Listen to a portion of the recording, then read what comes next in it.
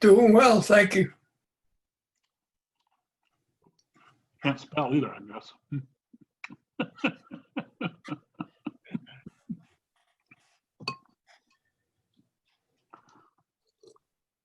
You just get you some good alcohol, Robert. I hear you. I hear you. So, never a fun time going to a dentist, man. I'm going next week. Are you? Oh, Yep. so the joy, huh? Oh, it's fun. I bought him a new boat this year. You have a strange definition of fun. That's exactly right. Yeah, there you go. He has fun trying out all those new tools he gets every year. You sound like that person from the Rocky Horror Picture Show. Yeah. Yeah, it's I think over the last 2 years I have paid him close to $35,000. And then there's Peter. Hey, everybody. There we go. And Eric is in hiding again. Of course. He doesn't Hi, want us everybody. to see what he's really doing while we're having our meeting. Well, it's the pile of boxes behind me that just is embarrassing. So That's why I have a virtual background. I kept thinking I should buy a green screen if I did this more, so that I have a green screen. You can have it if you want it. really. It'd be great to have one behind it, so you know you didn't lose your hair and stuff as you moved around. Well, you know, it's kind of I've used it twice and just never use it again. Yeah. If I did it regular, I think I would get one. But just They for our work- meetings, like They work great, except if you're doing flash photography, they don't work worth a damn. Hmm. Because the flash causes the green to reflect back upon the subject.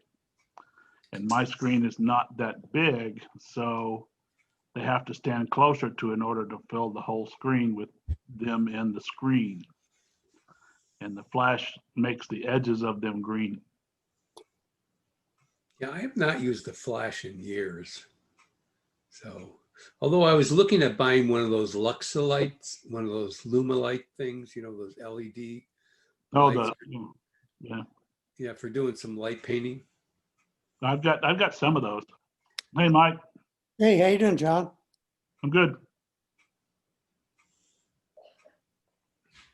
no, actually, the problem with my camera is I'm on a laptop and it just depends on the direction I'm facing my laptop. The USB connection gets a little bit wonky and I lose connection because I've got it connected to, you know, a docking station and all this other stuff. And it just becomes a pain in the neck sometimes. And plus I got a bunch of stuff piled on top of my laptop right now.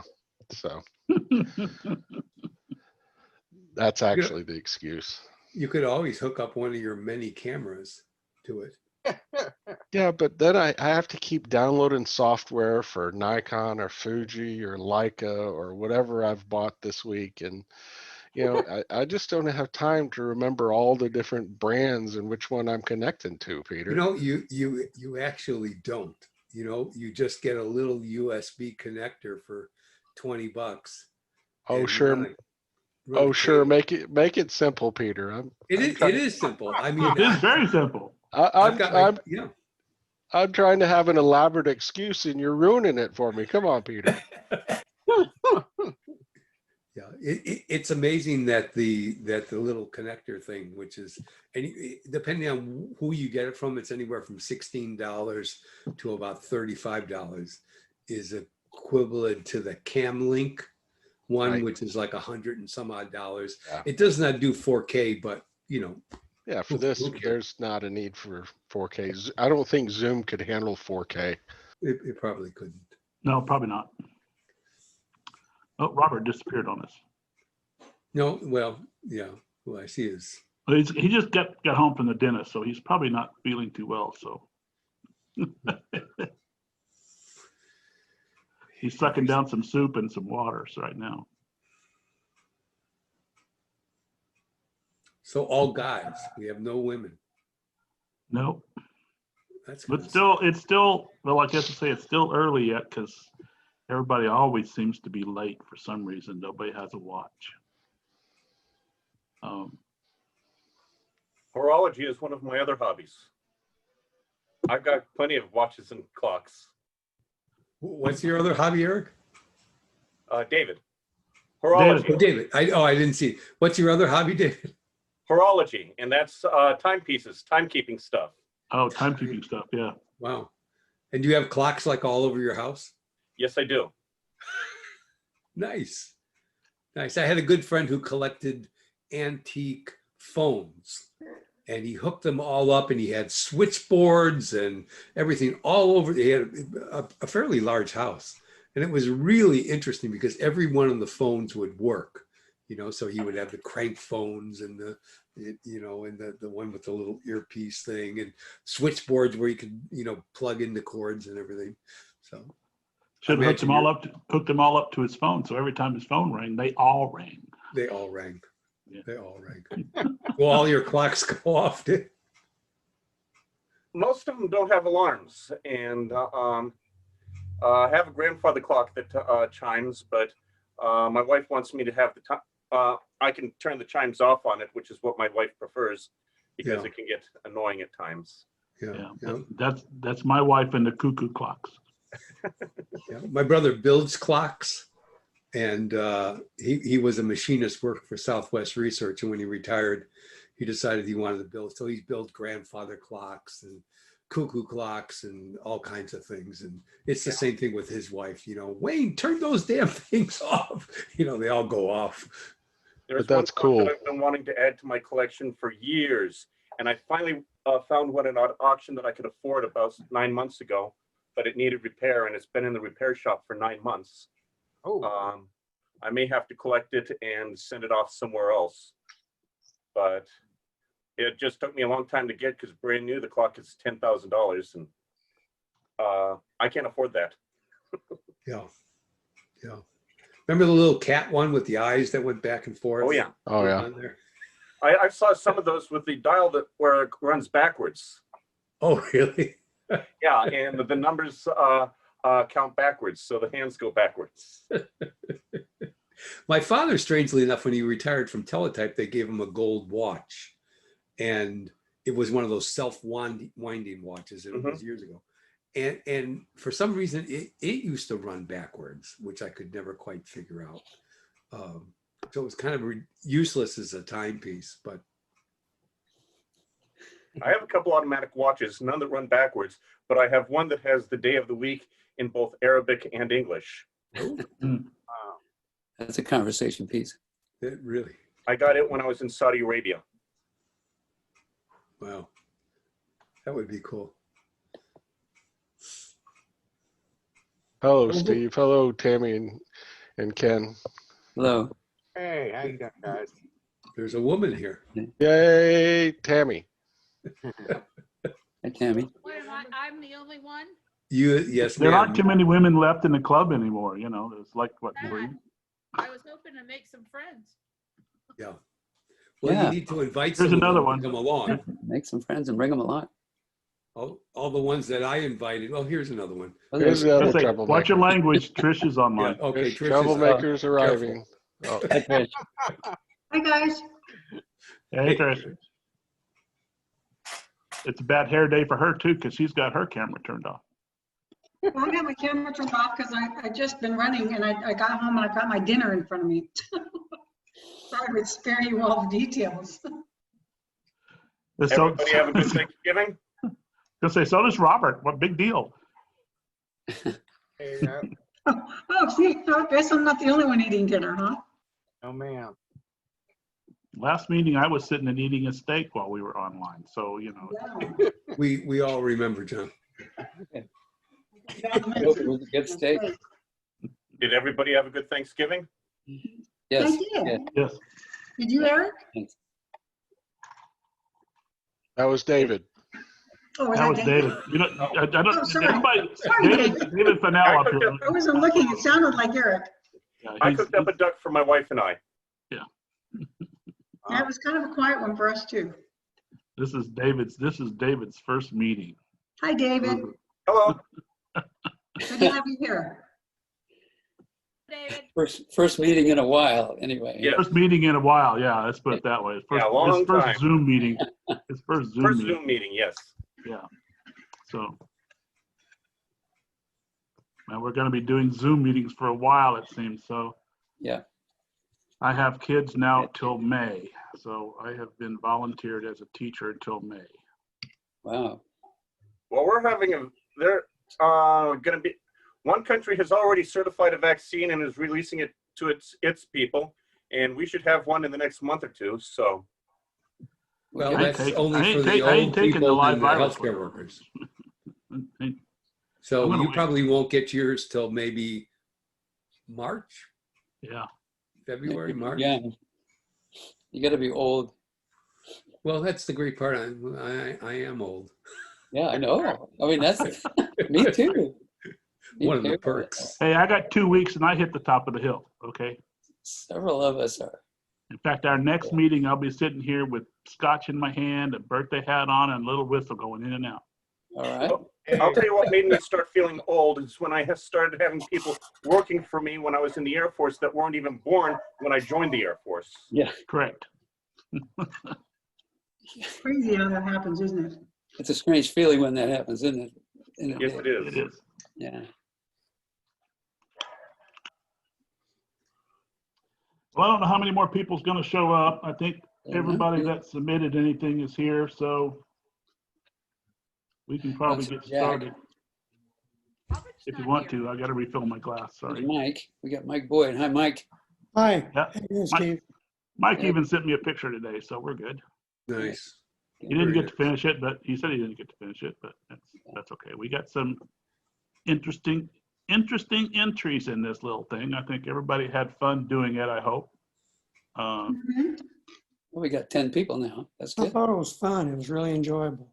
Yeah, it I was, thought it it's was kind of fun. I different. didn't know what the rules were, so I just did what I did. So, Yeah.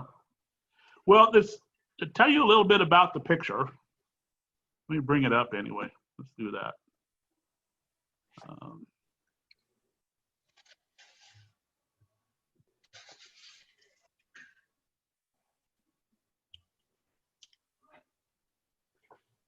Oh, it's hiding my buttons. So get over there.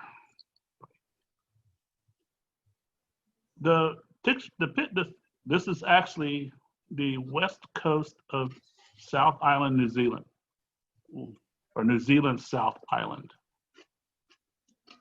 And it was a very cold, very windy, very dreary day.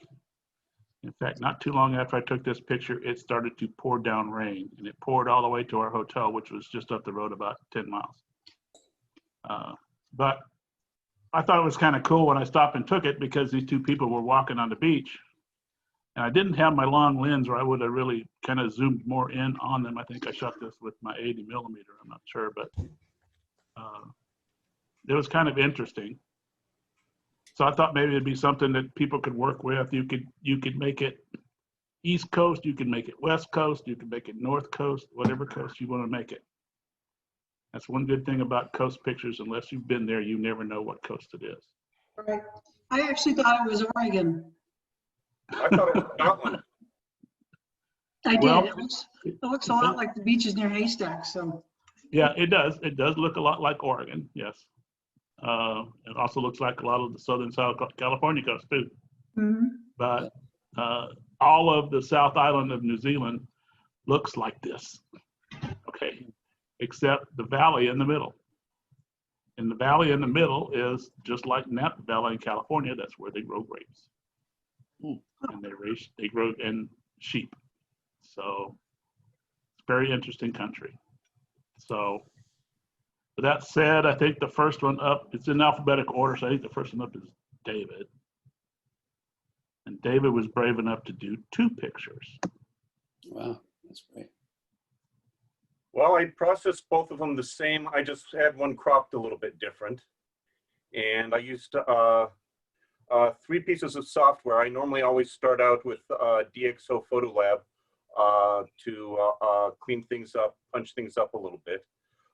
From there, I went to Photomatix Pro to add a very slight touch of HDR to bring out detail in the shadows, because I wanted a little bit more detail in the shadows. And from there, I went to Topaz Labs denoise AI, just to apply a little bit of denoise.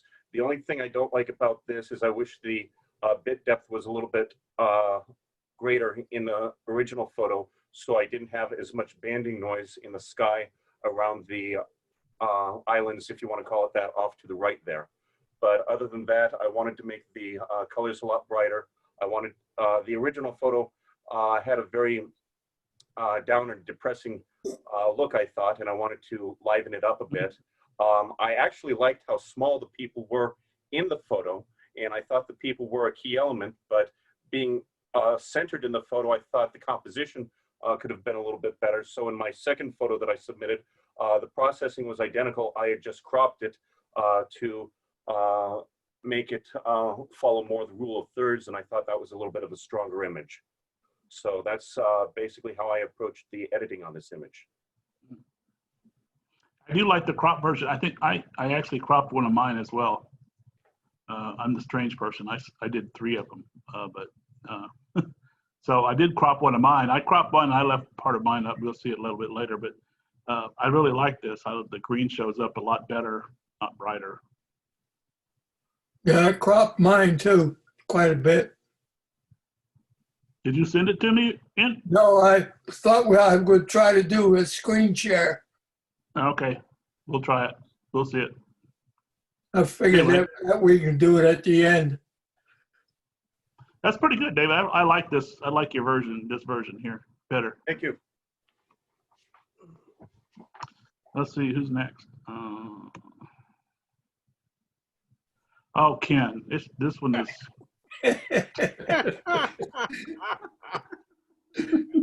Honestly, You know, I had to look at this for a long time before I finally figured out what you did. oh my goodness. That's hilarious. Oh my I told you it goodness. was Scotland. That's Nessie. That's the Loch Ness Monster. I told you it was Scotland. Oh my goodness, that's hilarious. It looks like Well, I think I'm done. That's all. It just doesn't get better than that. I had to zoom in on it. It looks like some sort of deformed alligator. Yeah, alligator, yeah. Monster. Sea monster. What's really weird is too big for those 2 little people. It ain't gonna fill him up. It might be an appetizer at best. Oh, yeah. And then that's something that they would flick out of his tooth with a toothpick. Interesting, interesting. Okay. Let's see. Who's after K? Who's next? This is Patrick. Is this yours? That's Or, nice. Mine, or Mike? Is this yours? yes. It's yours? Okay. No, it's not mine. It's No, it's Mike Mike Boyd's. It's Mike Boyd. Okay, I did crop this one. I cropped it the other way. It's still in accordance with the rule of thirds there. The people are right about at the cross point in the lower left there. I liked the sky that was there, so I left it kind of dreary and kind of rainy off into the distance. And if you've ever been out on a day like that, it can be light where you are with the rain coming in, and then it overtake you. And I felt that's kind of where this was. I liked the way the waves were coming in and the way that they were light there. I darkened the foreground and I lightened I darkened the sky a little bit, opened it up in the center, and I lightened the sand across in a narrow band from right to left at an angle, kind of, you can see where it's a little bit lighter there. Yeah. Looks I nice. emphasized the people just a little bit. I cloned out the distracting single weed that was standing up there, sort of pointing at them in the lower left, but left the other ones because I thought they added a little bit of interest there and gave you a sense of where you were. I did not clone out the telephone poles and the wire that was in the background in the upper left, just because I didn't have time. It was going to be a second effort, so I was going to have two to show. But that was essentially it. I color corrected it, of course, and but I liked the overall overcast dreariness of the sky because I felt that that was part and parcel of the day. Nice job. Yeah, it's kind of like this is in the northern part of the South Island, and it rains the most in New Zealand at this part of the island. And so the whole time we were there, as we took a train across to the coast, rented a car, and then drove north. And from the time we picked up the car till we reached our hotel, it rained the whole time. It was still raining the next day. And one of the other pictures I was going to submit was that's going to call Pancake Rocks, which is kind of a cool rock formation caused by volcanoes. But it poured down rain on us while we were there, so I was taking pictures in the rain of it. But it was kind of cool, and I really liked this image. But you did a good job. I appreciate it. That's good. Yeah. Thank you. Nice.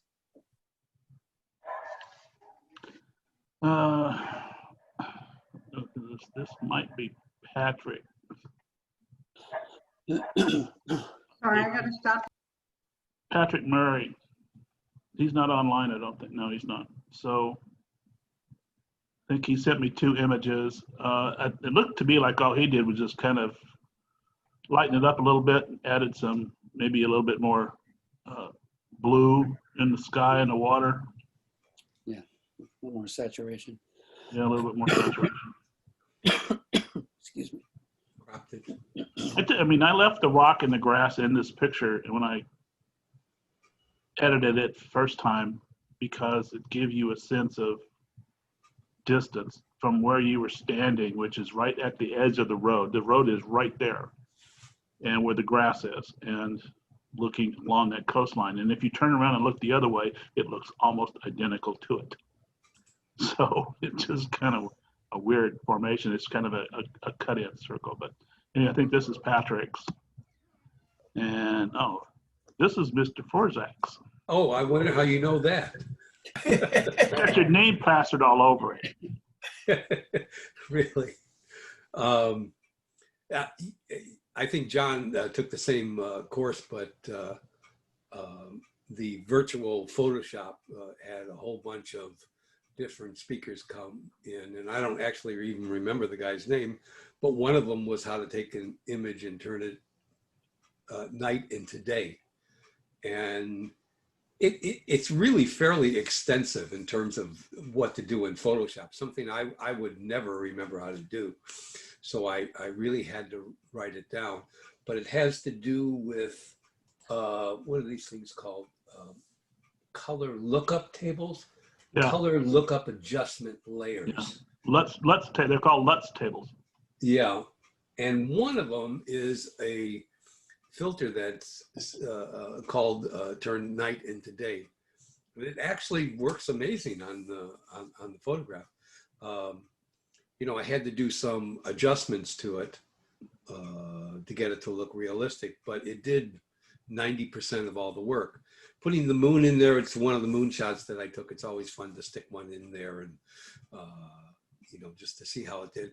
This guy also kind of showed how to do a glow around the moon, which was unusual for me. I didn't usually do that.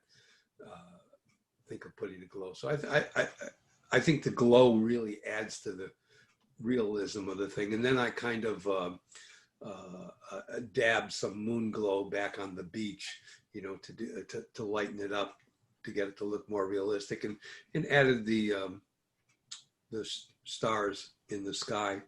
And it's not a great picture, but it was a lot of fun to do it. It was really a learning experience. So I'm glad that I got to do it on one of these images, you know, that John gave us. So, You know, it's about the only thing about it that I noticed that I don't really like is your moon glow on the people. It kind of washes them out. But this, I'm trying to right now edit that video to get it down just to that portion of what this guy talked about. There were several things he talked about in the whole video. It's about 45 minutes long. it's the best part. But the best part is this, how to turn things into night. It's like magic, but I mean, it's nothing I would ever figure out how to do. I'm still playing with it because I have to go from video to play, video to play, video to play it because I can't remember all the different steps. So I'm still playing with one. I haven't finished one. Mine is similar to yours, but it's not like yours. But you'll see it in a little bit. But I mean, I agree with you that I washed out the people a little bit, but I was really trying to get some reflection from the moon to make it a little more realistic on the beach. Oh yeah. And yeah, you know. Well, with the full moon, it is pretty bright. So you know. Hey, John. Yeah. What you really need to do is set up your office there like Peter's command center. I think he's got like 6 or 7 monitors up there, you know? I have a lot of stuff. I do have a lot of stuff. I'm teasing you, Peter. I'm teasing you. Hey. Just because my restriction is not home doesn't mean you can mention things like that to me, okay? Okay, gotcha. I love I actually You know my status with this 10-year-old computer. Yes, sir. And the little bitty monitor that I have to work with, and I'm going blind. So I actually like Peter's setup. I really do. Oh yeah, so do I. I'd love to have his setup. Of course, the monitors are cheap. It's the rest of the crap that goes along with it. Oh yeah. Well, I mean, up till recently, I had a 10-year-old desktop computer that I was using, and frankly, it was still running. It was running Windows 7, and you know, I just didn't really want to screw it up going to Windows 10. And I thought it probably after 10 years is time for a change. And so I just recently bought a new one, but I keep my stuff for a long time. These monitors are, you know, one of them is probably 3 years old. The other one's probably 4 years old. And, you know, I don't expect to get another one until they break. Well, I went to that company that makes those computers. Yeah. And I could buy a couple of really nice cameras for what they want for a computer. My computer was expensive, but you know what? When you spend money on something, it lasts 10 years. My Dells, you know, they would crap out after 4 or 5 years or 6 years or something like that. And I got 10 years off of the last one that I bought from Velocity Micro. They're a boutique computer company. All I did was I'll go to their website and ask for a quote on what I wanted. And they still send me emails. Have you decided what you want yet? Have you decided what you want yet? $3,500 it was going to cost me. I said, nope. No, I paid $2,400 for this thing, and it has everything you could possibly want on it. Yeah. You know, so. All right, let's see. You had one more too, didn't you? I did, a more traditional one. Black you and know, white. this is kind of the Peter style, you know, where I did an HDR image and you know, just to bring out all the texture and stuff, which I usually always overdo anyway. But I think I probably changed the sky in here too, and then moderated it by putting it on an extra layer and setting the transparency so it wasn't quite as overdone as the HDR was, and then using Silver Effects Pro to turn it into black and white. So pretty simple process, but I like it. This is more a version that I would have done. To me, it really wanted to be black and white.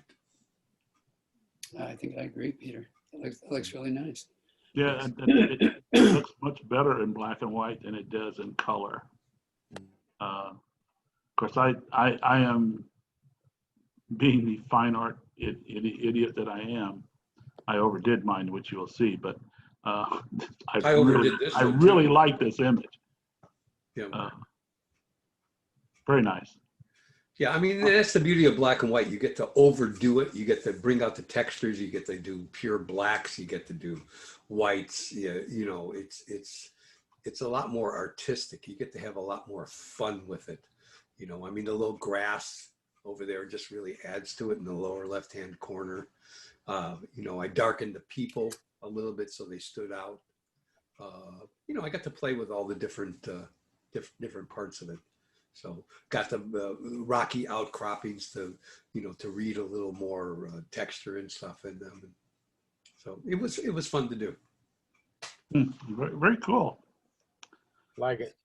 LMNOPT. So let's see. Who's next? This is Tammy. Little pink. Huh? Tammy still there? I'm here. Can you hear me? Yes. Yes. Okay. So I used On1 Photo Raw 2020. They had a filter that was called Golden Autumn Filter. When I saw the picture originally, it looked just dreary and cold, and I didn't want to be on a beach. So I changed it. I changed it to a warm filter. I increased the reds in it and decreased the blues. Exposed the shadowed areas, increased the contrast and detail through what was called the dynamic contrast surreal filter. And then I added the sun flare up at the top, but I did turn down the rays that were coming through. Interesting. It's an interesting effect. You have a separate Almost make it like a program shot for at the noon. sunrise? Yeah. I'm sorry, what was that, Trish? I was saying, is there a program that you use for the sun rays, Tammy?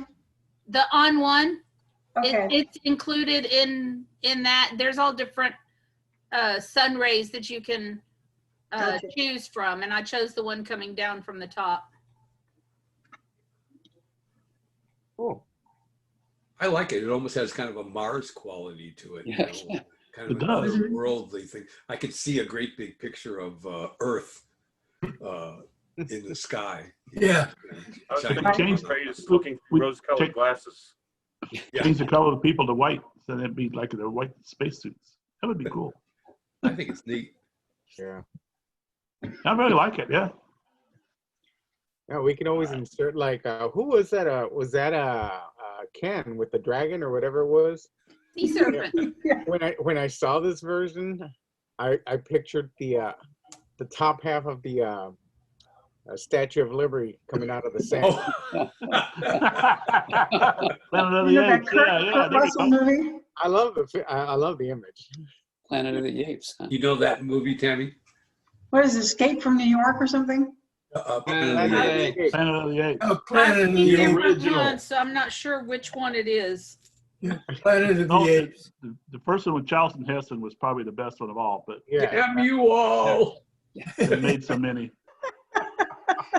Right, Alex. Cool. Well done, Tammy. Thank you. Very nice. Next up, I think, is Trish. Well, let's see, on this one, I got into Luminar. I've only spent about 5 minutes in Luminar once before. It's a completely different world for me. I had a little bit of trouble. So basically what I did here was I kind of took some of the haze out of the sky. I brought up some of the shadows. And of course put this, sunrise coming up. I didn't really have time, but I wanted to go back and kind of direct those sun rays a little more toward those people or across the sand so you could see them a little more obviously. I just didn't have time to do that. But the very fact that I could get this sun in the sky is kind of a major accomplishment for me. because I've never played with that before, really. Like I said, I spent 5 minutes in there once before. Oh, nice shot, Um, Trish. That looks nice. Yeah, yeah, it is fun. It is fun. It looks really well. I think you did an excellent job on the sun Yeah. too, with the Thank you. rays. Yeah. Brightens it up.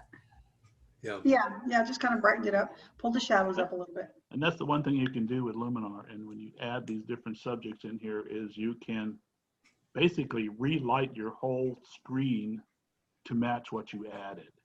Yeah, And it takes some adjustment and some playing with it.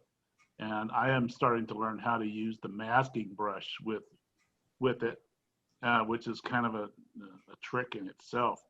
But to get some of the rays to go different directions, and I haven't totally played with it all yet, but it's kind of cool way to do it. But I like how you did with the sun coming up. That's kind of neat. It's the wrong direction, but the sun's coming up. say Well, that it could again. be the sun going down. Yeah, I think it's coming up. I think it's coming up. Well, if it's Yeah, yours, well, I can tell you actually, in reality, it was actually going down. It was to the far right. Oh, yeah. I figured it would be. I kind of felt like where it was, Yeah. and the color of it, I felt like it was more of a sun coming up because it was just Yeah. really bright. There was just enough sun peeking under the clouds in off the horizon to make the white caps whiter, Yeah, shine on the water to make that white really pop out. That was the only thing that kind of worked for me. The rest of it did not. I mean, actually, I trashed this picture and I came back to it and started playing with it. And now I've started playing with it. I really like it. But I like that. Very good, Trish. yeah, Nice. nice. Very nice. Okay, where are we up to? Yes. Did you have two or one? I did. I think this is the other one, which is just basically took the haze out, brightened it up, took the shadows up, that kind of thing. Pretty basic stuff. Hmm. But I think it looks too bright for the sky, personally.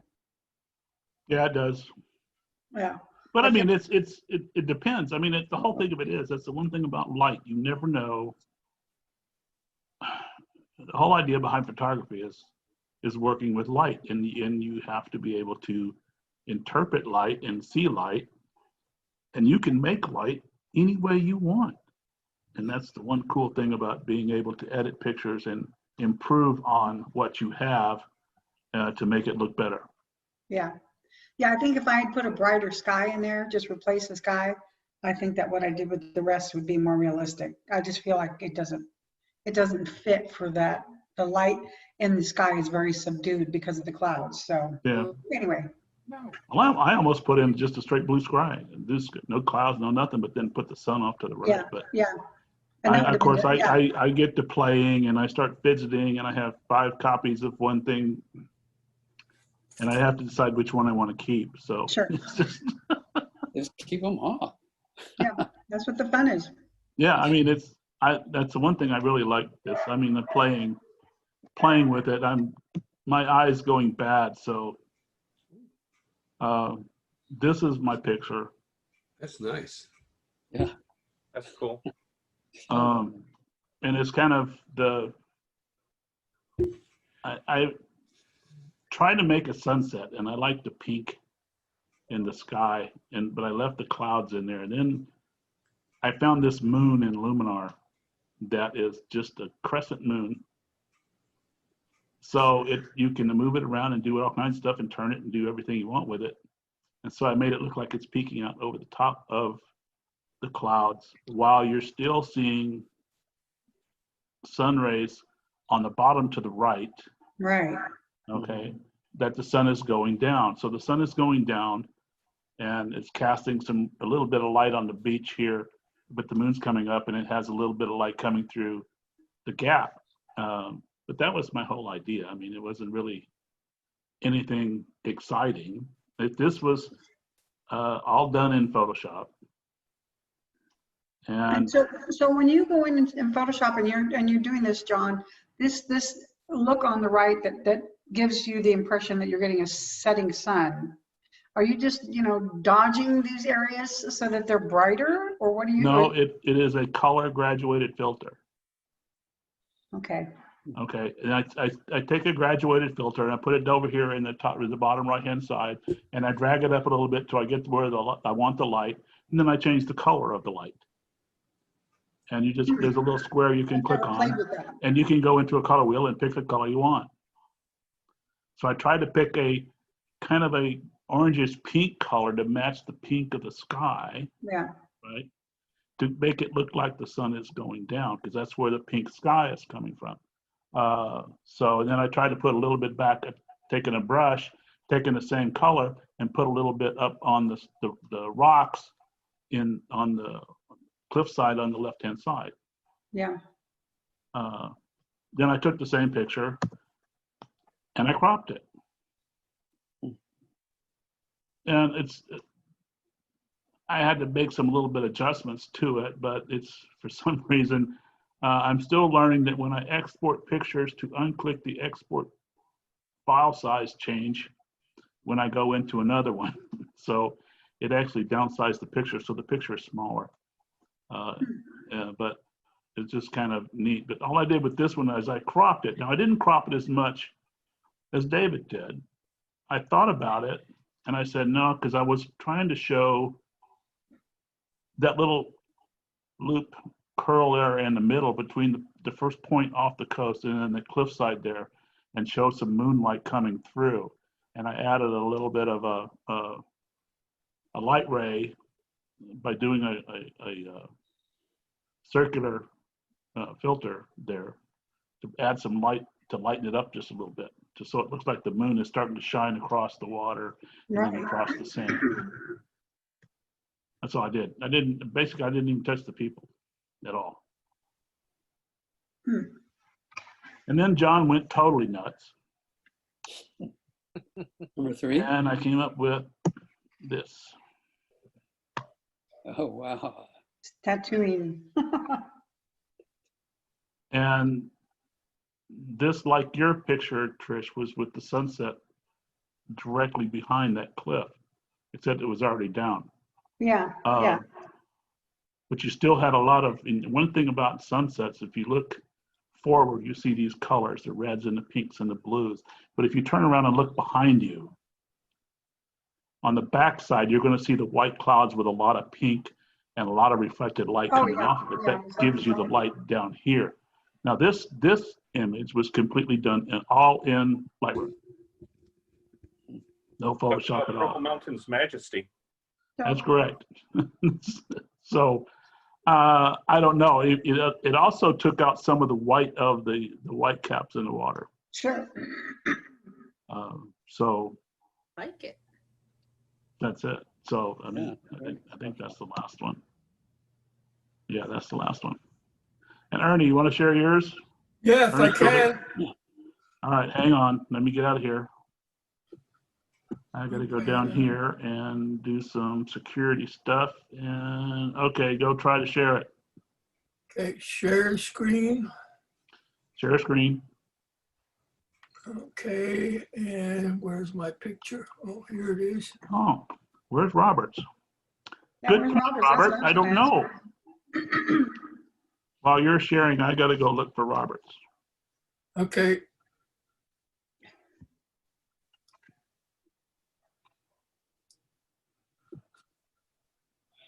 Apparently didn't get added. Your jacket doesn't match your background, Ernie. Yeah. it's, that's because I'm moving all over the place.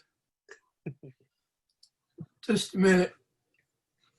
Yeah, you're all bundled up with that palm tree behind you, Ernie. You? Yeah, that's why I put the palm tree on.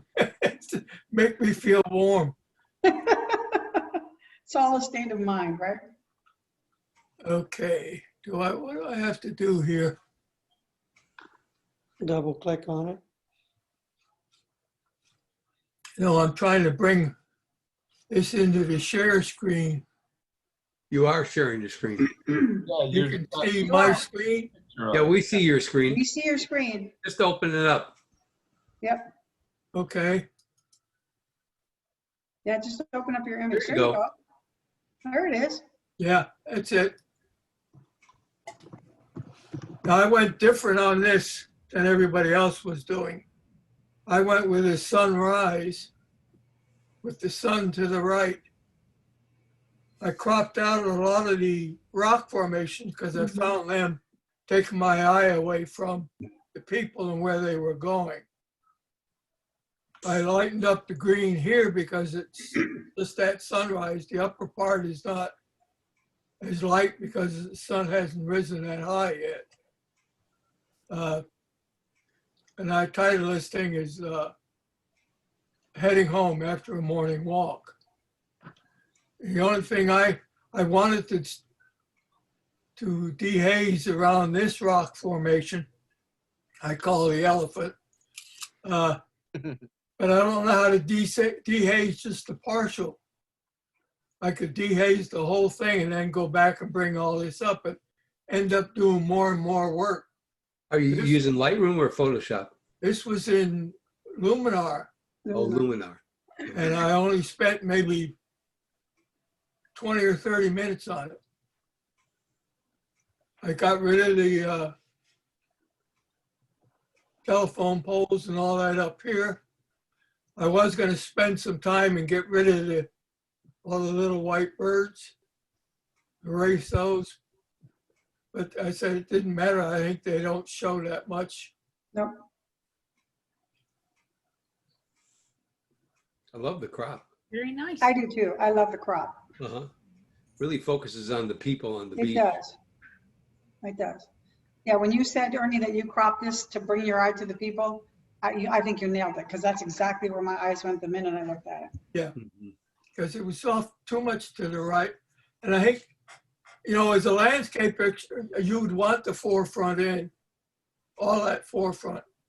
But I just wanted to make sure I had a balance here with this rock and this rock formation. I had that balance. And then had the lightning from the sunrise only to the lower portion. The upper portion, the sun hadn't got up high enough yet to light those. I figured that was the best natural lighting I could figure into it. It's probably a good idea though. I like how the lower part is lit up and it goes up and gradually gets darker as it goes up, but that's kind of cool. Well done.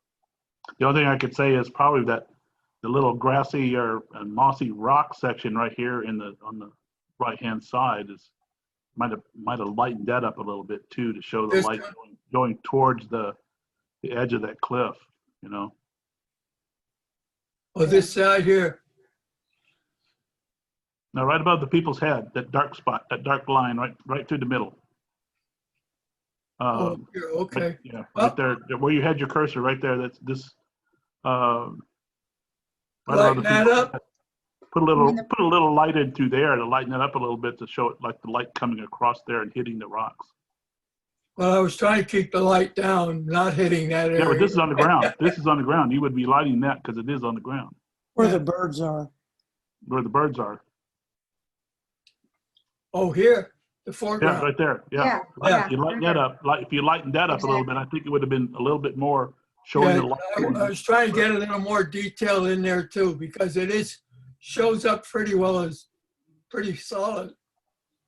And then I was able to bring out some of it. But I didn't want to, like I said, I didn't want to spend 2 hours on something that I just wanted to get a quick, show that you can get a quick edit. Yeah, that's. I think I spend way too much time farting around with my stuff and Oh, there's no such thing. oh, I know. Whatever time people want to spend is great. Yeah. All right, why don't you close out yours and I'll show Robert's. Okay, where do I close out? It should be at the very top. You should have a button that says stop sharing. Should be red. It's underneath your people. There you go. All right, let me see. What happened, Robert, is I forgot to import it into Lightroom. Okay. That was my problem. All right, let's see. Share screen. 20 lashes with a wet noodle. Oh, what can I say? Come on, give me a break. All right. Here's Fearless Leaders. Ooh. Nice.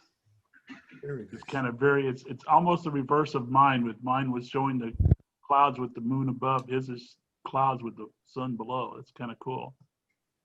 I like the moodiness of your photo, so I just wanted to change it up a bit. Yeah. Just some Lightroom and a little bit of Luminar, and that was it. I think Luminar has got a ton of possibilities that I haven't even begun to really look at. It seems to be a pretty interesting program. Well, I've been going through YouTube and looking at some of the Luminar training videos. That program can do so much stuff. It's amazing. Yeah, I need to do that. Spend some time looking at stuff like that. Well, if you go to Skyle on Facebook, I mean, not Facebook, YouTube, and you can get the videos. Yeah. And they have loads of videos for quick editing, different ways. But a lot of people are getting uptight because Luminar 4, which was the latest one that just came out about a year ago, just came out. Right. Yeah. And but they haven't been doing anything about updating it because we've come out with a new one they're calling AI, Luminar AI. Well, that is the update to 4. And the reason they called it AI is because 4 is AI. Yeah. And they just didn't call it AI. There's a new Luminar coming out. They've got the beta version out for those that want to use it or try it. But it's more AI than 4 is. And well, unfortunately, I think Photoshop is actually going that way as well. Yeah. Well, they're also going the way of Photoshop with Layers. Subscription to all the new features. It's. I mean, I don't know how many of you follow Blake Rudis. Blake Rudis is one of the people I follow, and he doesn't even like Lightroom. He strictly Photoshop. He does everything with Photoshop. And he says, one thing he says is stay away from the AI portion, AI programs, because it gives you a false sense of reality. If you go back and you look at some of the pictures that, I still play with Guru Shots, though I'm not any good at it, but I still play with it. You go through there and you look at some of the pictures in there. A lot of those are AI generated pictures. Because I've seen pictures in there, just like this one. If you don't know where it's at and you don't know where it is, you don't know where the location of the sun, the moon, or any of that stuff is. I have seen pictures in those different things created in pictures, and I'm telling you, it can never look that way because that's the wrong direction. It is kind of strange when you start, if you're looking at something that runs north and south, it's pretty simple. And this is, it's north and south, east and west. We're on the west coast. It could easily be the east coast, but no matter what, south is still south. And when you look at something in Germany or in some other country that they took a picture and they added this beautiful sky with a nice sunset and all this kind of stuff, well, I'm sorry, the sun doesn't set that direction. So it is generated with AI. So it gives everybody a false sense. And some of these pictures win awards. And I'm to the point now where, and if I'm not in the right place at the right time to take the picture, I create the picture I want it to be. And that's basically what I'm trying to do. And currently with my trying to sell my fine art, like I'm doing a lot of it anyway, I've won so far.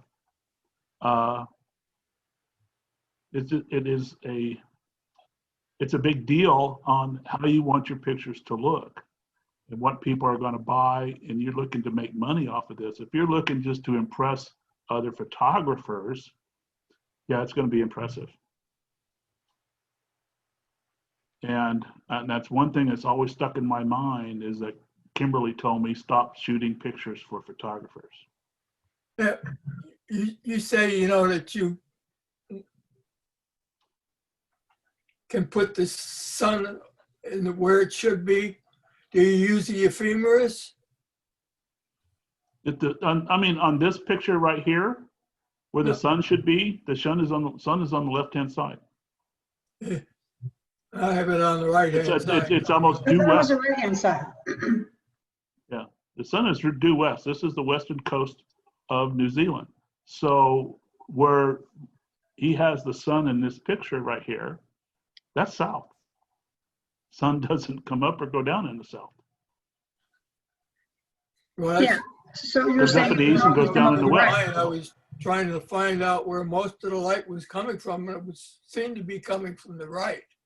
Correct. And that's where the sun was. Tried to Now, adjust if this was the East Coast, you could make the sun come from the right, and it would be a sunrise, which is what you did. Okay. What I did was make the sun come from the right as a sunset, and to try to do it that way. And it's a matter of an interpretation. And I like this idea of taking other people's pictures and applying your own idea as to what that picture represents. You can take my picture and turn it into all kinds of different things, which we have right here. We just proved that you can, and still come up with a good picture. But if you realistically want to look at it as a non-photography thing, it's wrong. So do you look at it as a perspective like a New Zealander, or do you look at it as an artist? Well, it depends on whether you're looking at it as a documentary piece Correct. or an artist creation. I like to think of us as being artists, and we're all kind of moving that direction.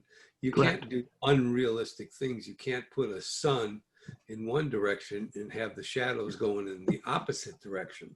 You have to do a number of work. You have to be smart about how you do it. You can't make it unrealistic. But if you want to create something, as long as you're honest about it, whether you change the sky, whether you add a person there, for me, the bottom line is it a beautiful piece of art? Correct. I'm not trying to tell a story of a firefighter fighting a thing in San Antonio or something. I'm trying to make a piece of art. And, you know, to me, that's the whole difference in whether I use Luminar or Photoshop or Lightroom or a combination of all of them to come up with it. Or I don't want to do anything. I want it to come out of the camera. You have to be judged on, is it a beautiful photograph? I agree with you, Peter. I think it's funny that the standards that we apply often to photography, there is some of that in other medium like paint and whatever, but not so harshly. A painter can sit down and draw a still life that looks just like a real piece of fruit. Or he can draw it like Picasso did in various stages of his life, and it's still called art. But for some reason, photographers feel like we've got to parse it out really finely, and that one group is legitimate and another group is not. I don't know why we do that. I think Well, some of it is, you know, photojournalism is different from the rest of photography, where you do have standards in order to try representing the truth, because that's what a journalist is supposed to do. right. But as far as the remainder part of photography, that is art, and photographers, since the dawn of photography, have been modifying their photos, replacing skies and stuff of that nature, well before you had your digital dark rooms and stuff of that nature. One of the most famous photographers for doing this was Jerry Ullsman, and he created wonderful pieces of art that are in no way, shape, or form representative of reality. He'll have floating islands above lakes and stuff like that. But he did all of this in a dark room without doing it, without the benefit of a digital dark room. He did it all with masking and old school. Mhm. There's a couple of I go along a bit with what both Trish and Peter were saying, and my thought is it's something I would want to frame and hang on the wall in my house. You know, there are times like that. There are some pictures that you see, and I've done it at some of the competitions. Is something that I would want to hang at my house. Some of the other ones are very well done, but they don't always grab me quite as strongly. Well, that's But- why when I print, I've always said that people may not like what I print. They may not like the pictures that I print. I don't really care. I print something I like and I would think would look good on my wall. Yeah. I don't care what anybody else thinks. Yeah. And See, that's a smile on your face, About John. what Trish was saying. No, I think, what's his name posted something the other day, Watson. There was going to be a talk, I think it was tonight, as a matter of fact, Mhm. by a lady who actually is with MoMA. Now, MoMA is a Museum of Modern Art, In New York. and she is a collector and an appraiser. And she's very good and she knows all this stuff. And I've been watching some of her videos and she talks about photography of how they are actually turning into art. And that's one of the things I've been arguing with people before is I think photography is art. And the reason it is art is because an artist paints with a brush. We paint with a camera. Yeah. We paint with light. And that creates an image. And that image becomes art. Whether you think it's art, like painting or a drawing or something, I was talking to Kim the other day about some of her watercolor stuff. It's fantastic. And it's art. But it's some of it, you could look at it and say it's based on a picture of a photograph. It could be based on a picture of a photograph. It's going to give you the same thing, but hers is art, ours is not. I don't understand that. So This goes back to what I was talking about a long time ago. The group that was what, F64, John? Mm-hmm. And Yeah, that's Blake Rudis' group, F64. F64, if you had a picture that you wanted to get judged, you had to make sure of things besides composition, that there was not, how do I want to say it? It had to be perfect from edge to edge. Everything in the corner, the top, the bottom, wherever, had to be in pristine focus. Yes. If it was not a good picture. And we look at it and say, well, now we like to have this area defocused or this focused and in focus. And to me, I consider that art. We're changing it to look what we want it to look like. So to me, that becomes art. Yes. Whereas if I took the picture right directly out of the camera, it would be corner to corner, corner to corner, et cetera, et cetera. But I don't want that little flower up in the right-hand corner to be perfectly in focus because I'm going to cut it out anyway. Yeah, because you just crop it out.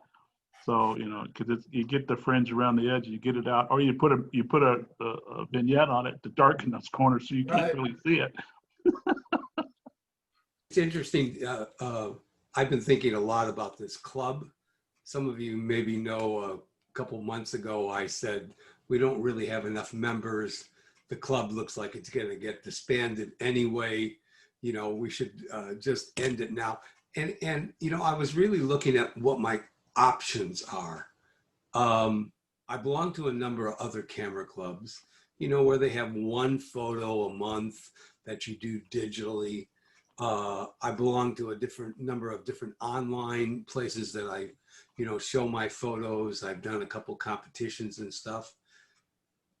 But for me, I really like the format of this club. I like that we have 5 photographs, 5 different categories that we have to compete in every month, and I'm not so much of just a pure nature photographer, but I enjoy putting my pictures in for the nature. And this club is the only one that's come close enough to be able to once a month do 5 different categories, whether it's print, which of course I enjoy the prints too, and the digital. And I have not found another venue anywhere And I've said it a number of times, I think this club has made me the photographer I am, because every month I get to try, every month I get to do 5 different images and then listen to you all, whether you like them or whether you don't like them, and then have them send off at the end of the year and have another group look at them and see if they like them or not. And I don't know any other camera club that comes close to fulfilling it. My other option, of course, is to go like John wants to go, to sell the pictures. Well, I already have a business where I sell things, and I don't really want to sell my photographs. You know, I don't really want to sit out there and sell $30 and $40 and $50 prints. It's just not where I want to go. I enjoy the competition, and I enjoy the camaraderie. I enjoy hearing the comments, plus and minus, and I enjoy trying harder next month to make the images better. So I really like this club. I hope that we can find a way to make it grow and maybe get a few more members in, and you know, bring back some of our old members. I hope that it'll continue, but I've been kind of having these thoughts about the club. You're getting old, dude. That's what you did. You're reminiscing. You're reminiscing. No, you know, and it's. I mean, I invite all the old members to this meeting. I know you do. And I send out 46 emails a month, twice a month, and you see the 10 people that always show up. Yeah. And we're still missing a few. I mean, David's new, but he might show up a couple more times. But I mean, still, it's the whole idea. I have learned a lot since being a member of this club. Well, so have I. I mean, I've not in a long while, but sometimes it's not just the picture itself, it's what you do with it afterwards. There was, and how you mount it and frame it. I had one that I took years ago, about 15 years ago, down on the Riverwalk of Lights at Christmas. And former member, now passed, lived nearby. She helped me mat it to enter it. It was a dark picture at night of some of the lights, and used a narrow, about a 1/4 inch border yellow around it, and a black frame, a black mat on top of that. And it really worked. My mom had the same print framed, and it had, just like you see behind John, a white mat around it, which just didn't do anything. It's what you do with it afterwards that really adds to it. There was a former member that probably only of the group here, only Ernie would remember, Bill Thomas, that often had pictures of butterflies, but or birds, but he matted them so that some of the colors, some of the mats actually accentuated and brought out the colors, and really made the picture stand out. But what you do with it initially is good, but it's also what you do with it afterwards as well.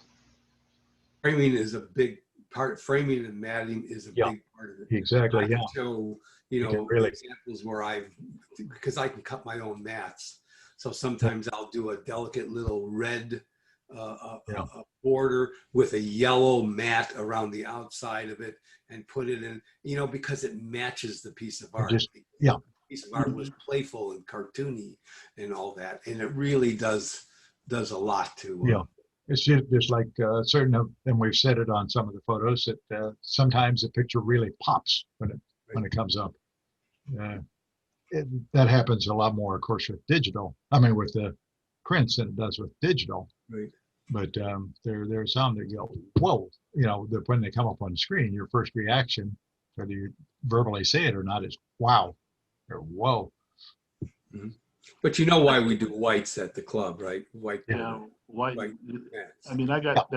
Oh yeah, I understand now. Mm-hmm.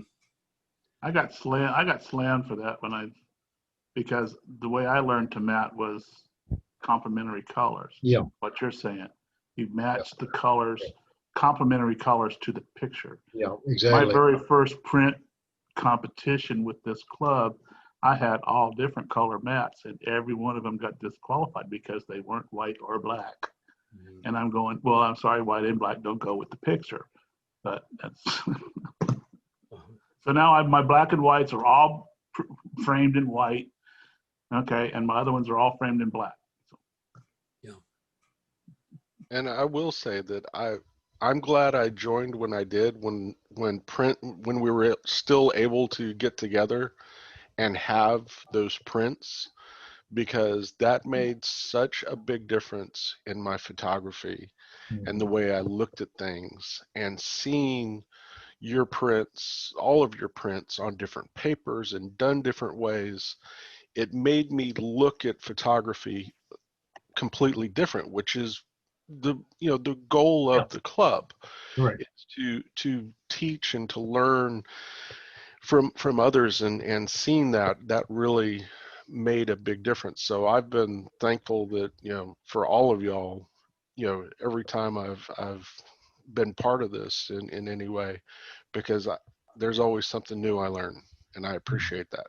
And I do wish we'd get more people to join that, because Peter, you're right, having those 5 categories, I stress about it, but it's a good stress, because it makes me think and get outside of my comfort zone, and it makes me solve problems. And that's what photography is it's problem solving to get light captured in a certain way, no matter what it's about. I agree. Exactly See, right. what we all do is we make snap decisions. Get it? Yeah.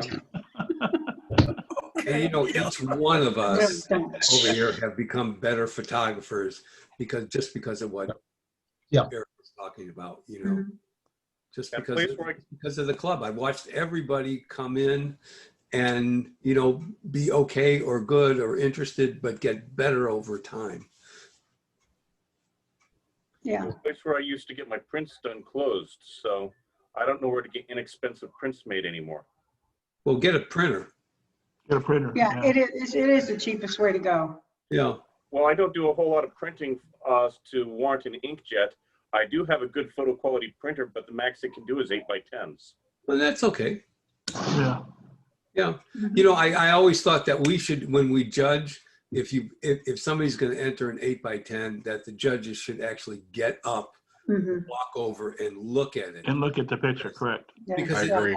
it doesn't compete. People like large, they like bright, they like colorful and all that. But, as judges, I always felt we should get up and look at somebody when they enter a smaller print. And we shouldn't penalize them just because they have an 8x10 printer. Yeah, I think that was the problem with and Monique is a good example, because the only thing she could do, she shot Polaroids, and she scanned Polaroids, and she printed 8x10s, and nobody ever really got up to take a look at her work. And she did some amazing work with a Polaroid, and I don't know how she did some of it. I don't either. She's really got a talent. Yeah, and I know they still want to be members of the club, and of course I don't know. We still haven't got. I think we've had like 5 people or 6 people pay so far, but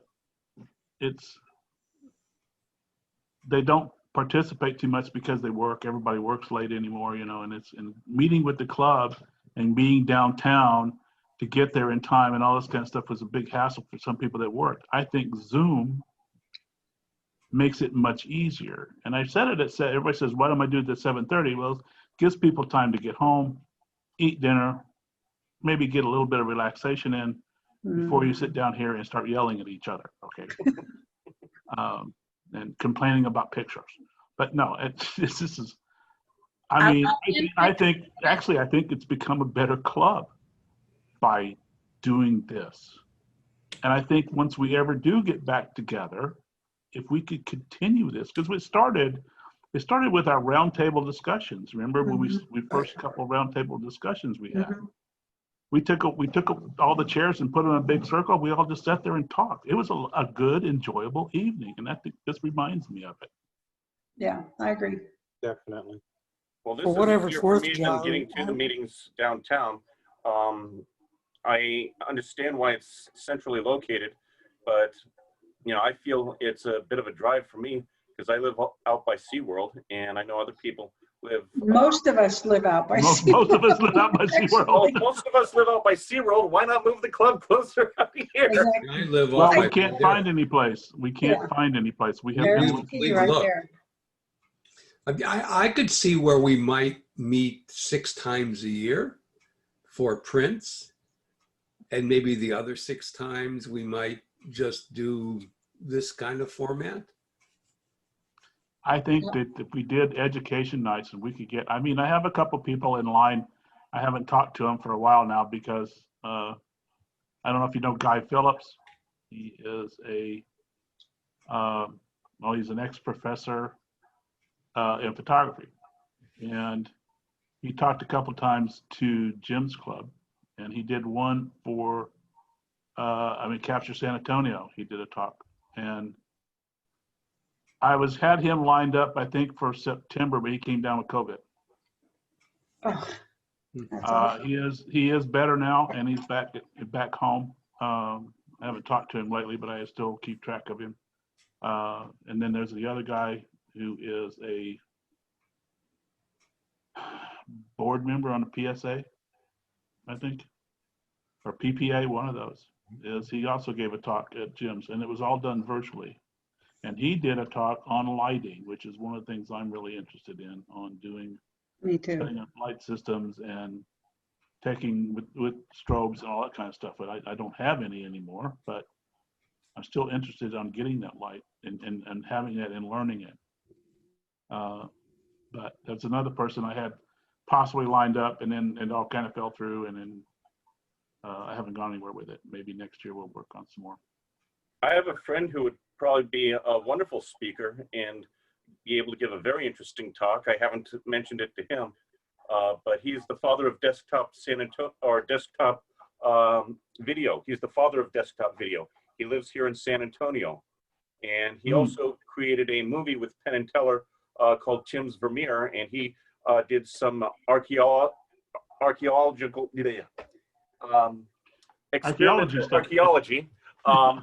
to determine how Vermeer used early optics to create his images very photographically. He did paintings, but his paintings were very photographic, and he figured out how Vermeer used early lenses and stuff like that to create his images. You know, David, I think that's a great idea. And one of the wonderful things I think about doing the Zoom kind of thing is that you can record the lecture and then it becomes yours, you know? So if you want to put it out on YouTube, or you want to show it to another camera club, you've got it recorded and you really only need to do it once. You know, even if he uses us as a test example and then took that same video and went over to Capture San Antonio and did a talk with them, you know, and Photo SA, you know, the Shirts Club, you know, well, his company made some 3D animation software that's also used quite a bit in photography as well. So his company used to make Lightwave. He sold his company last year, but his company used to make the 3D animation software called Lightwave. Yeah, which is mind-boggling to me. Yeah. When we were doing the virtual San Antonio, Cory Booker, I think is his name, he does all the 3D things. And he took a model and turned her sideways and then put letters on the screen and then extracted them and then put the model through the letters. And it was like, wow, it was just. Oh, that's Cory Barker. Cory Barker, yeah. Yeah. Yeah, that was, it's like, I could not follow him. I could not figure out how to do anything that he did, but it was. That's all done with 3D and Photoshop. Yeah, I know he did it with 3D and Photoshop, but I couldn't figure out how to do it. Oh yeah. Cory's pretty cool. He's pretty he cool. really with that is. kind of stuff. So, I keep up with all these people for some stupid reason. That's one of the things that I'm kind of leery about, because I have all these different videos of different techniques and trappings and stuff that I have picked up over time, whether or not I can share them or not, because these people sell these videos and I have bought some of them. And whether I can go, that's a copyright infringement by showing it at a meeting, I don't know. But as long as you guys keep your mouth shut, I'll show them. Don't record the meeting. I can't There's record the it. reverse. Don't My record. lips are sealed. Record it. Oh, wait a minute. I'm recording this one. I shouldn't have said that. Never mind. You are Delete that recording. You're recording it. conversation. It's right in the corner of my screen. Delete that recording. Delete that Recording deleted. Never mind. I do have editing software. I can go through and cut that part out. There you go. We So didn't hear anything. I have tons of training videos. We didn't hear That- anything. And a lot of them that I have picked up over time from all the way from Paint Shop Pro, from when PSP started many years ago and it came out on 5 1/4 floppy disk. I still have that program, and PSP is I still use it once in a while. I still have videos from that. Photoshop Elements, I have all kinds of videos from that. All of them apply back to the same technique that you can use in Photoshop today. Now, I'm just now starting to learn Lightroom because of my buddy Peter here. And I have stopped using On1. And On1's getting very, I can't say technical, but they're coming out with all this too much stuff. I mean, if you go into their editing screen now and you pick up some of their LUTs, for instance, that they have and are ridiculous. They're huge. There must be hundreds of them now. And you trying to go through and pick one out takes time and to look through them. So I've got to the point where I like a few and I keep them and I get rid of all the rest. And I'm learning how to do presets and make my own presets in Lightroom and make my own presets in Photoshop and stop using other people's presets because they don't do anything for me. So that's something else to learn to do, is create your own presets. And I think they had there was a class on one of those in the Photoshop thing too, on how to create presets. And if you do something all the time, like I'm forever making corrections in exposure because for some reason my camera is always about one stop off. I never could figure that out. So what I automatically do is I set it up so that as soon as I load the picture and I go into it, it opens it up, it automatically adjusts it for one stop. So I don't have to do anything to it. And now my camera is shooting everything red. Now, once I load it into Lightroom, it comes out perfect.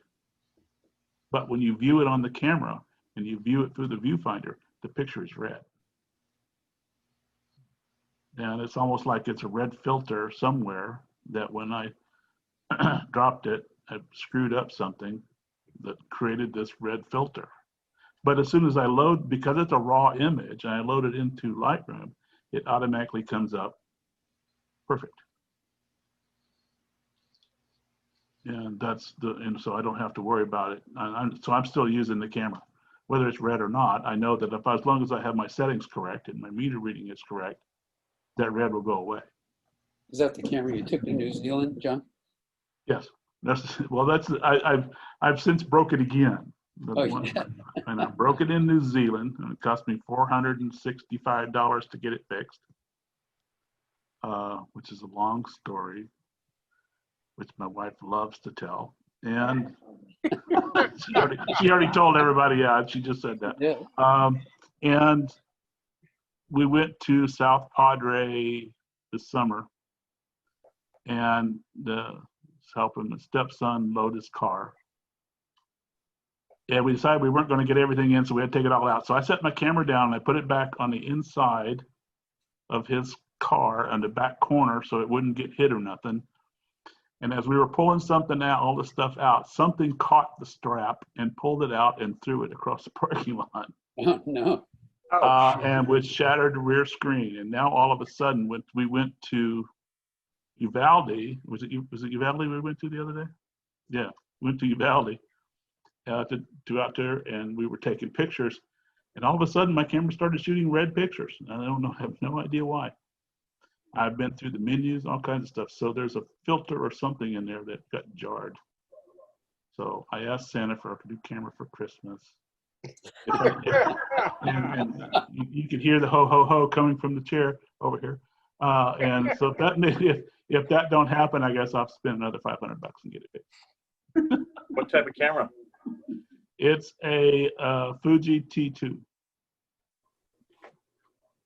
Probably need the 4 anyway. Maybe it was built by a communist and that's why it comes out red. Hey, no.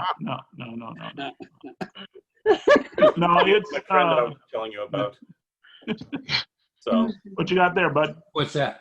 oh, this here's the, I was telling you about my friend that lives locally that did a documentary on Vermeer, on how Vermeer used lenses and stuff to create his images. And this is the movie. It's called Tim's Vermeer. Yeah. Oh yeah, I watched that. Is That's really Vermeer good. one of those Dutch masters? Yeah. Yes. Yeah. Yeah, Vermeer, they say, used, what do you call that, where you take the whole room and you put a hole in the wall? I can't remember Like a what you call pinhole? that. Oh, You mean the like Vermeer A camera obscura. obscura. Yeah, Yeah, camera obscura, yeah. They say Vermeer Tim- used that quite a bit. Actually, Tim tried that.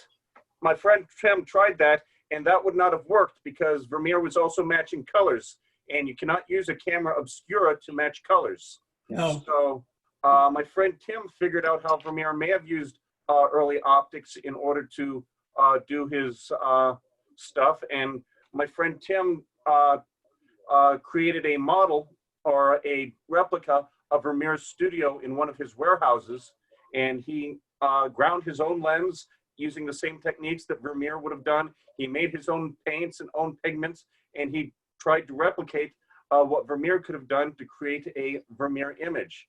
And this is a story, this documentary is everything my friend did to do that. And he had the end painting. My friend's not trained in painting at all, but he had it looked at by some very world-renowned art critics and art historians. And they looked at his imitation Vermeer compared to what actually Vermeer did and said that, yeah, it looks authentic. It looks like that is easily what Vermeer could have done. So. Interesting.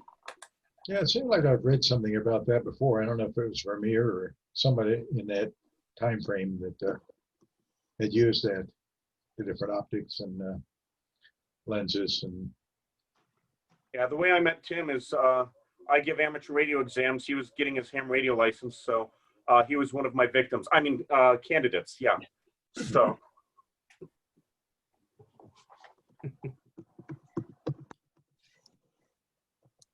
I was thinking that wasn't there a company that came out with a new lens that is based on one of Vermeer's designs? I don't know. I can't remember the name. It starts with a P. Petzl? Is that it? The Petzl lens? It gives you supposedly the best bokeh of any lens around and all this other kind of stuff, but it's based on one of Vermeer's designs. And it's extremely expensive. But it's kind of cool that the fact that, you know, stuff's been around for that long and still coming up with different things. Yeah. It's B-T-Z-E-L. I was looking at one of those. It was somebody sells them. I think B&H sells them.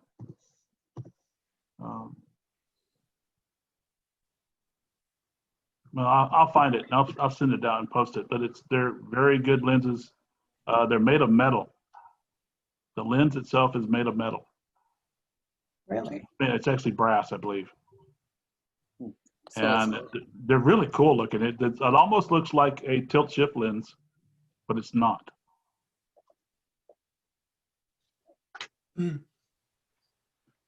I'll have to see if I can find one. What is such a thing? Boy, I got another order. Oh, sorry. He was done with pearl. Wasn't he the one that did the painting, the girl with the pearl earring? Yeah, that's one of Vermeer's. Yeah, Yeah, as exactly. Vermeer, yeah. Yeah. And the one that my friend did was called The Music Lesson. So is anybody interested in shooting the Riverwalk lights at night? Me. Yeah, I know I am because I do it every year, but I was trying to decide if I wanted to try it this year or not. Well, Did they even have, they didn't even have the parade this year, did they? No, it was canceled. Nope. Yeah. Yeah, the Every parade parade is Last canceled. time we met like at 10 or 11 or something like that. So it's not crowded either at that And there hour. was nobody on the riverboat. Even last year when it was super crowded, by the time we got down there, there was nobody. We had we could set up tripods Yeah. everywhere and stuff. And, you know, we hung together for camaraderie and safety, you know. I Oh, still yeah, remember the that's- time when we all got drenched. Yeah. Did That we was, get what was that? Was that the year? Oh, that was the year of the parade that were out there that poured down rain. I And didn't we do the stood around parade. in the rain taking pictures, and then we were waiting around, and about an hour later, they decided to come back and said, oh, it's been canceled. Because Yeah, there were about 2 or mayor's 3 boat floats shorted that went out or through, something. and then they couldn't start the other floats because the engines were flooded. I remember that day really well because I lost a tripod that I night. remember you losing that tripod. You said you left it at I left it at the bus stop. a bus station. Yeah. Yeah. Well, how I- could I we remember- possibly pass up the opportunity to do something like that again? That was actually offered to us by the city Yeah. or by the Yeah. Rio River, whatever it's called. Yeah. They don't own it anymore, so I don't know. So I did it the very next year, and they put my image on the front page of their magazine. Let me see. Yeah. Which magazine?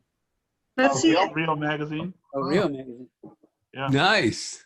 Yeah. Yeah. Oh, that's a great shot. Yeah. And this wasn't. I didn't think this was the best shot out of all the ones I took, but this is the one that they chose. Yeah. So, but And I was in a perfect spot that I didn't see one boat. Not one. I think I saw way down the road, but down by where the split, and I saw them go by. Then all of a sudden, they all stopped. And then they said, That "Oh, takes it's been skill, canceled." John. That takes a lot of skill. Hey, we were soaking Joe- wet. I think perfect spot does not mean what you think it means, John. I know. The If you perfect didn't see spot any means boats there. someplace dry. I think it'd be fun to go. I think so. It was fun. I mean, I got to talk to people and do all kinds of stuff. And we had passes. We get to go different places. It was good. It was pretty cool. As long as it's not too cold and windy. Yeah. No, I don't want Right. people there at all. Well, Yeah. I don't know when were you thinking, Peter? Sometime before Christmas, I'm guessing, huh? I have to get it approved by my council here. Mhm. Mhm. Maybe It'll be like called all next week. I have a party on the 19th, so I can't be the 19th. you go. Party you go on to the a party? 19th. No parties. Are you kidding me? Well, then we're not. Hey, All right, guys, that I've week got to drop alone, out. that week alone, You I can't have got come five then, birthdays. Five Thanks for birthdays. coming, Take Mike. care. Have a Yeah. good night, Mike. Okay. Hi, Mike. Night. See you Take later, care, Mike. Mike. Night, Okay, night. see you. About the only weekend I got open is the 12th. Well, we don't want to do it on the weekend. We want to do it on the weekday. Oh, and a weekday. Wow. And Like the weekend. next week. Next week Yeah, is the the only time I weekend's got. better for us working individuals Oh, weekend. Yeah. Yeah. because we work. Oh, Well, that's your problem. You need to retire. Young to retire and not enough money to retire. I don't either, but I'm retired. Yeah. So are we talking like You've got the money, yes, John. the 11th or 12th, like this weekend or the one following? Following weekend. let me see here. Well, this weekend is the, what, 5th and 6th? I'm supposed to work on the 5th, but I don't think I'm going to go just because of the COVID thing. I'm supposed to go to Casterville and do the Christmas in Casterville, but my wife keeps telling me, you're crazy to go. Cases are rising, and Oh, yeah. That just didn't work out well for us. We went to there a year or two ago. uh-huh. And it, But we didn't do their Christmas thing. What did we do? It was some monthly thing or something. okay, sorry, I was mistaken. The market one, yeah. Well, they have a great Christmas fair. It's a great way to earn money for me, and I haven't done a fair since March. Yeah. I think I did Utopia Are we doing just to anything try it. I exciting thought then? things were going to get better, but This Well, weekend? you know, I'm supposed to go to Big Bend at the end of the month, and I just Oh, read okay. today We that like the it there. cases of COVID are so high Where? that No, they built condos there. They're gone. what? everybody's going to Big Bend and Marfa and things like that because they think it's outdoors and things like that. But the cases are so high that the little towns are overrun by COVID, and they've got no hospital care. So I don't know. We may not go at the end of the month for the same reason, Peter. That I'm there's supposed to go to Big Bend in January yeah. for a Well, month. like I said, Yeah. I just read Marfa is overrun with. They've Yeah. got no more medical facilities. They I'm can't get supposed to people go- into El Paso. hmm Yeah. Of course, I Yeah. camp there, and I usually do backcountry camping. And Yeah. I've noticed when I go to Big Bend, most people go to Rio Grande and camp because Mhm. they can bring their big RVs and run their generators and stuff. And when you get to some of the other parks, you know, like Cottonwood, it's fairly empty. Yeah. What it is now, I mean, you're right. These parks are in. We drove out to the Bandera Nature, whatever it is, the Bandera Park, not in Bandera, but there's a big nature preserve over there. And we just drove there. We were going to go for a walk. And everybody was there. We couldn't get in. Oh, yeah. We didn't book reservations. Yeah. We tried that too. Yeah, it's in the middle of nowhere. This park never has anybody there. Well, that's what I was reading yesterday was that campgrounds are sold out. And we were going to stay at the Gage Hotel one night and then, Oh, I you know, love that. whatever, I forget the Monahan or whatever, wherever the town is anyway. And Marathon. but yeah, they're overrun. They've had to take 2 patients all the way into San Antonio for care because the hospitals are overrun, El Paso's overrun, and they Wow. have so many cases. And it's just a little small town that doesn't have the facilities. Yeah. They've got 2 respirators out there. That's it. hmm So I don't know. We may not go. Yeah, I mean, it's interesting that you say that. I didn't even consider that would happen. I guess I better look into it better before I. Yeah, because you may not even find a camp spot because they said everybody's going. People Right. are just wanting to get out and about, and they're thinking we're outdoors. It's better, and it is better. But It is better. there's still Well, so many people. when I sick. went to Palo Duro, that was my thinking that we would have the place all to ourselves. Oh no. And the college kids showed up in mass Yeah. with no mask, you know, without social distancing. And Right. we wound up leaving early just because there were just too many people Mhm. around our, and even without the COVID thing, I don't like that many people. I go there for the peace and tranquility. Right. The Right. photograph, and when I've got people sitting around a fire and, you know, yelling and keeping me up, and yeah, that's not why I go out there. So we wound up leaving early just for Yeah. that reason. Yeah. But yeah, the park was packed. Every campsite was full. So going downtown sounds great. I would love to do that if we could find a way to do it.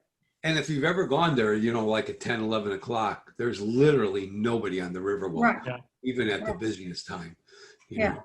So you get to, I haven't been downtown since before COVID, but I heard that with a lot of the civil unrest, a lot of the places are all boarded up downtown. Do you know anything about that? Well, I think since the election, and there hasn't been any rioting or anything, I think they took down the boarding. oh, I heard that there were nightly riots downtown, so I didn't know. So Well, that was associated with election day, but it's, you know, it's been, Oh, there's Yeah, most of that's demonstrations a over week or now. so ago, but Yeah, Haven't I heard anything. So think it'd be great. just got to pick a date and time. So our fearless leader, where's he at? There he is. Oh yeah, Peter's fearless leader for this group. I'm Yeah.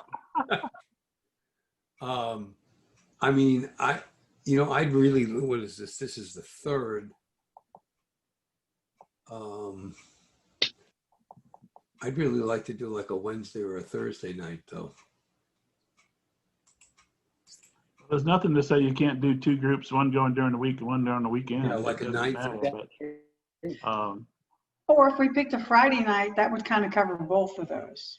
I would guess, right? I mean, Yeah. Friday night would cover those who work and then those who can go at any time. You know, you're more likely to have more people downtown, but as you said, once you get to about 10 or 11, all the shops are closed, you know, Starbucks is closed. You know, there's not as much to do. And the bars are people, closed, yeah. Stuff are not yeah, open. they're down moving there. on. I mean, it depends on really where you want to shoot. And to shoot the lights on the river, there's about 4 spots. That's about it to get the best shots Yeah. that I like. Now, there's might be other places, okay? But it's on street level and below street level, okay? So it's just kind of, let's see. Let's go to here. Where do you like to go, John? Well, I generally go, I'm trying to get to, I can't get to my screen. Up on top, upstairs, I like to go Commerce and Market or Commerce and Alamo. Alamo, Commerce and Alamo. Yeah, Commerce and Alamo, right there. By the, Looking yeah, by down, the Palm looking City. down, looking down over the bridge that goes over the tunnel where the boards, they go in down to the River Center and back. Mhm, Yeah. mhm. Okay, and catching the boats coming in and out of there. Right. That's my favorite spot to go. I always usually go there first. I'll take about 5 or 6 shots. I do a lot of combining stuff. Then I go down below and I go back down over by our the theater, Artisan River Theater. Yeah. back there area right there and shoot back towards you get the Tower Life building, shining Yeah. down through there. Go That's back not down far by either. go Yeah. back down by the Wedding Bridge down there. That's another good spot if you want to shoot back. Go to the cathedral, shoot back towards the courthouse, shoot the cathedral itself. You mean San Fernando? San Fernando, yeah. Yeah. Yeah. There's Uh, one last San time- Antonio. Are they outlining San Fernando with the lights like they used to do maybe 10 years ago? As far as I know, they're still doing it. I mean, I went 2 years ago, and as far as I know, they're still Yeah, doing you know it. what I mean? They outlined Yeah, it. yeah, white light. yeah. Mhm. Yeah, they had it. They generally, because I don't know if they're still showing that I think they are. show on the side of the church, but they shut the lights on the church off. Right. They start showing that. They turn that off. Yeah, I know they were last summer. Yeah. I know they were last summer. This summer, I don't know, but I know. I a haven't year been ago. down. I haven't been down. Last year was the last time I was downtown at Christmas time, and that was it. I haven't been back down there since. Except for And actually, I John, took my grandson down there a couple times. We walked around and did some shooting, but that was about it. and That was actually, before COVID. another good spot was one where I took the shot I was talking about, and it's on the side of same side of the river where Hill Palacio del Rio is. Mhm. The bridge that goes across the extension that goes down to River Center. Right. But they built some whatchamacallit, you know, it's basically cement spot where you can sit down, where a couple of people could sit there. I stood up there and looking down, Caserillo's on the left, and just looking down the river and towards the other Hyatt, the old Hyatt. Right. Some of the lights there, and that's a good shot for some Things lights are all there, easy because to get everything's to from the reflecting. You know, you get the lights reflecting on the river, and then the ripples there add to the effect as well. One shot I would like to get, but I have no idea where in San Antonio to set up for it, is I'd like to get a shot looking down on the city as a whole on New Year's and watching all the fireworks, all the illegal fireworks in all the neighborhoods going off. Get a drone. It's funny you're saying that. Actually, a great place to see that is a hotel room right in the Marriott there at the River Center. The problem is you're shooting through dirty hotel windows. That's the problem, because I've been there and tried to do that. And you literally can see like the whole city and everything going on. And it wasn't New Year's, it was 4th of July I was there for. Okay. Truly, you can see them across the whole city, but you're shooting out of a hotel window that I don't know probably if there's hasn't a been park garage washed. I could get to or something of that nature and Yeah. do something at a parking garage where I am not obstructed Right. by a window or something Right. of that nature. Maybe from the tower, but they're not letting anybody up in the tower on New Year's. They're just not. It's not going to happen. But Well, because they're going to be shooting fireworks off of that too, I think. Yeah. Lighting it up with the 2021, so that we can forget 2020. But anyway, that's one of the shots I would like to get. Yeah. So, yeah, Well, I do like Peter said, get a drone. That's Yeah. about the only way you're gonna see I it. mean, they That- do some great shots. Remember, it was a drone that took that picture of all the cars at Traders Village that came out for the food distribution. That was shot from a drone. fun. Yeah. Peter's Yeah, I got know. a drone. I need to get up a GoFundMe site to get a drone and then get the license to fly it. Yeah. They're $350 Yeah, in fact, what's for the a name of that drone you have? DJI mini drone, which will take incredible images. You know, it's got a 12 megapixel camera. We'll stitch together 24 pictures of the city in landscape mode. You wouldn't believe what it will do. Who makes that? DJI. DJI? I have a Okay. DJI Spark, which is the precursor to the Mini.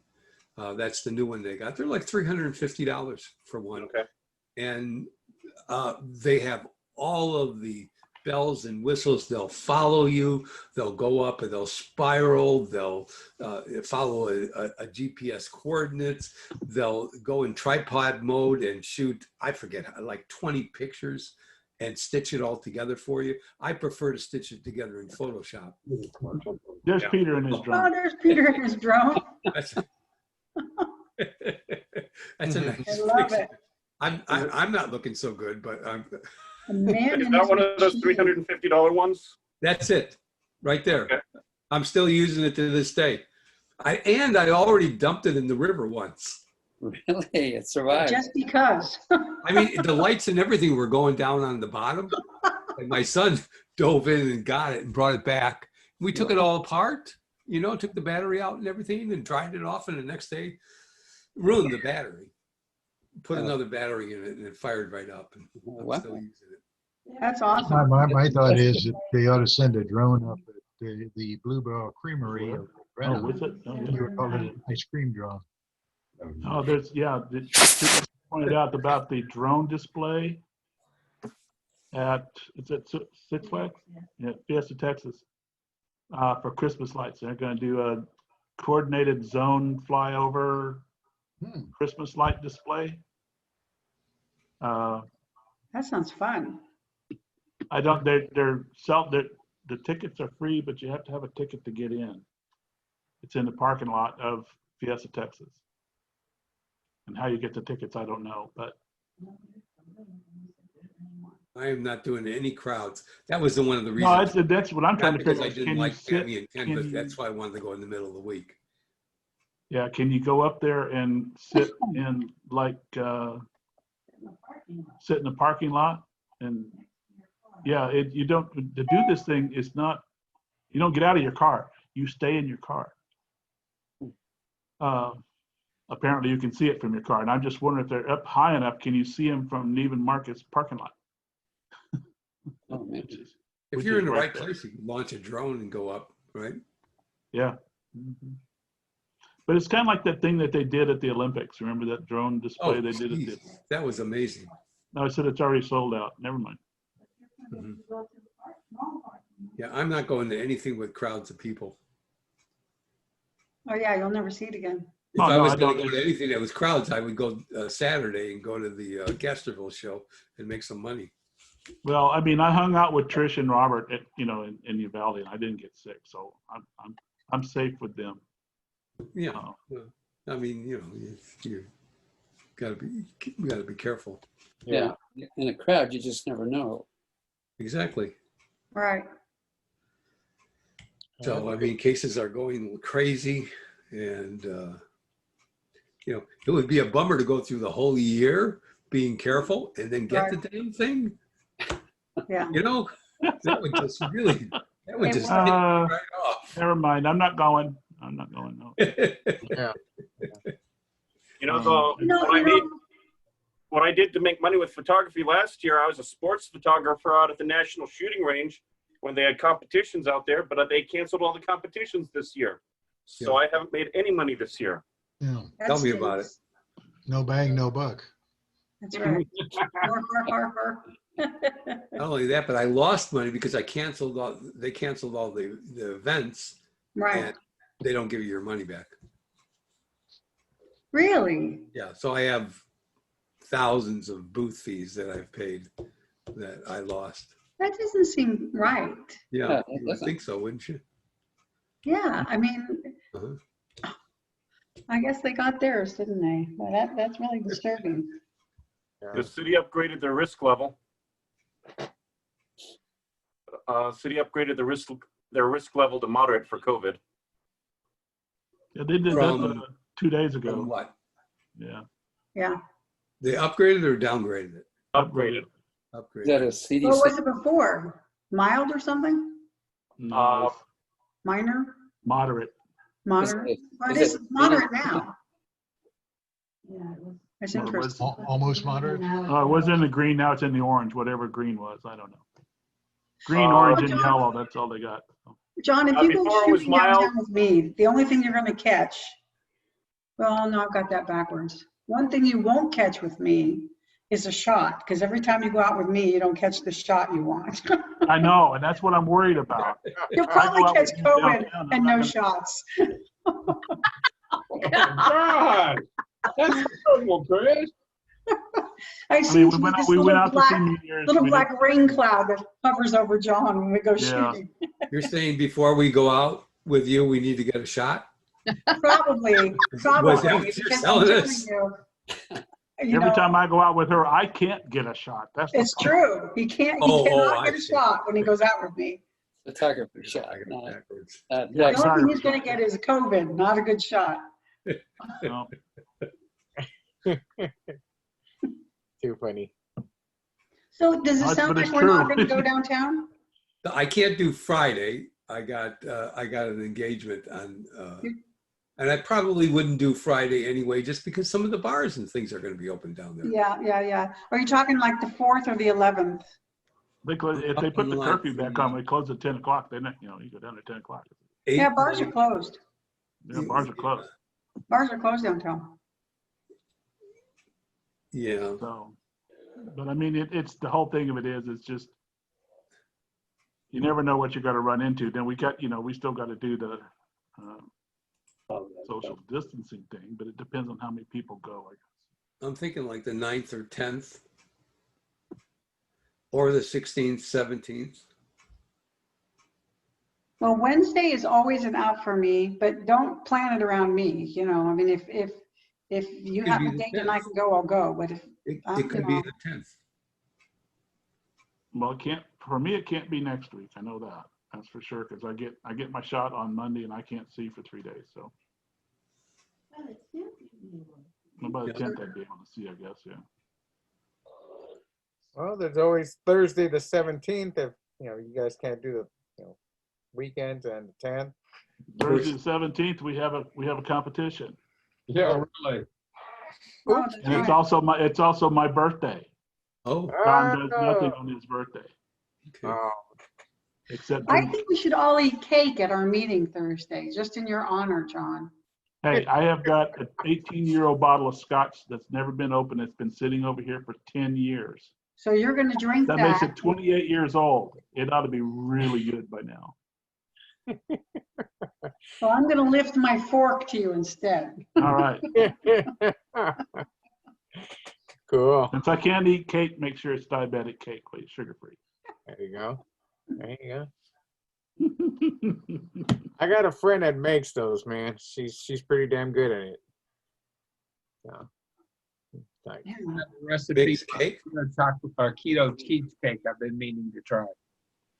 I've got to run, folks. All right, night. Ernie. We'll talk to you later. Yeah. Right, Ernie. And Same here. if you Sorry. decide on a night for shoot, let me put it out on the web. We will. Okay. Thank Okay. you. That sounds great. Right, Thanks, All Ernie. right, Ernie. Take care of yourself, Ernie. will do. Okay. See you in 2 weeks. Let's go and see who else is gone. Yeah. Somebody else is gone. Nobody else is gone. God, Eric is still here. Wow. Well, at least his sign is up. He's not here, maybe. No, I'm here. Yeah, we need to head out too. We'll see you guys next time. All right. All right. Night, you Bye. two. Fighters, good Night. night. Hi, guys. Oh, yeah, I'm gonna need judges for the next one too, so Steve. I don't know. Yeah, I'll set up the judges. I may be gone sometime next week for a few days, so Well, I'll this is set gonna up. be the week. This is the week after, so Yeah, I'll get them set up. be the 16th or so. So That's fine, the people. meeting is the 17th, but the judging is the 16th. So That's right. Oh, yeah, judging's the 16th, so Right. 16th, 17th is out. Yes. yeah. 15th.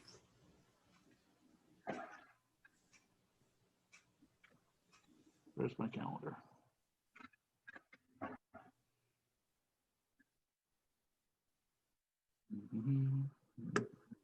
Oh, that's right. 16th is out too. Summer. Well, I'm hoping I can go. I basically the gotta- next 2 weeks. 8th, 9th, or 10th. That's about it.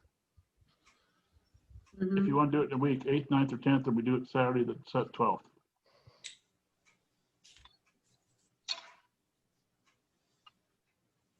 I can't do it this weekend. Can't do it this Go weekend. ahead, John. When do they take down those lights? Could you go after Christmas? I don't know why not. Well, the lights are up until after New Year, so. We could do that. Yeah, you go after Christmas. And there might be less people. Well, yeah. Might be less That's people. true. Yeah, there might be less people. And maybe we'll be past the spike here. Yeah, I hope, Right. hope so. Yeah. Nice. A boy can dream. These Thanksgiving people who had their parties, they're just starting to come on. Yeah, they're not expecting Thanksgiving rush until Monday, which is 10 days after. So that's when they think they'll start picking up the Right. Thanksgiving COVID cases.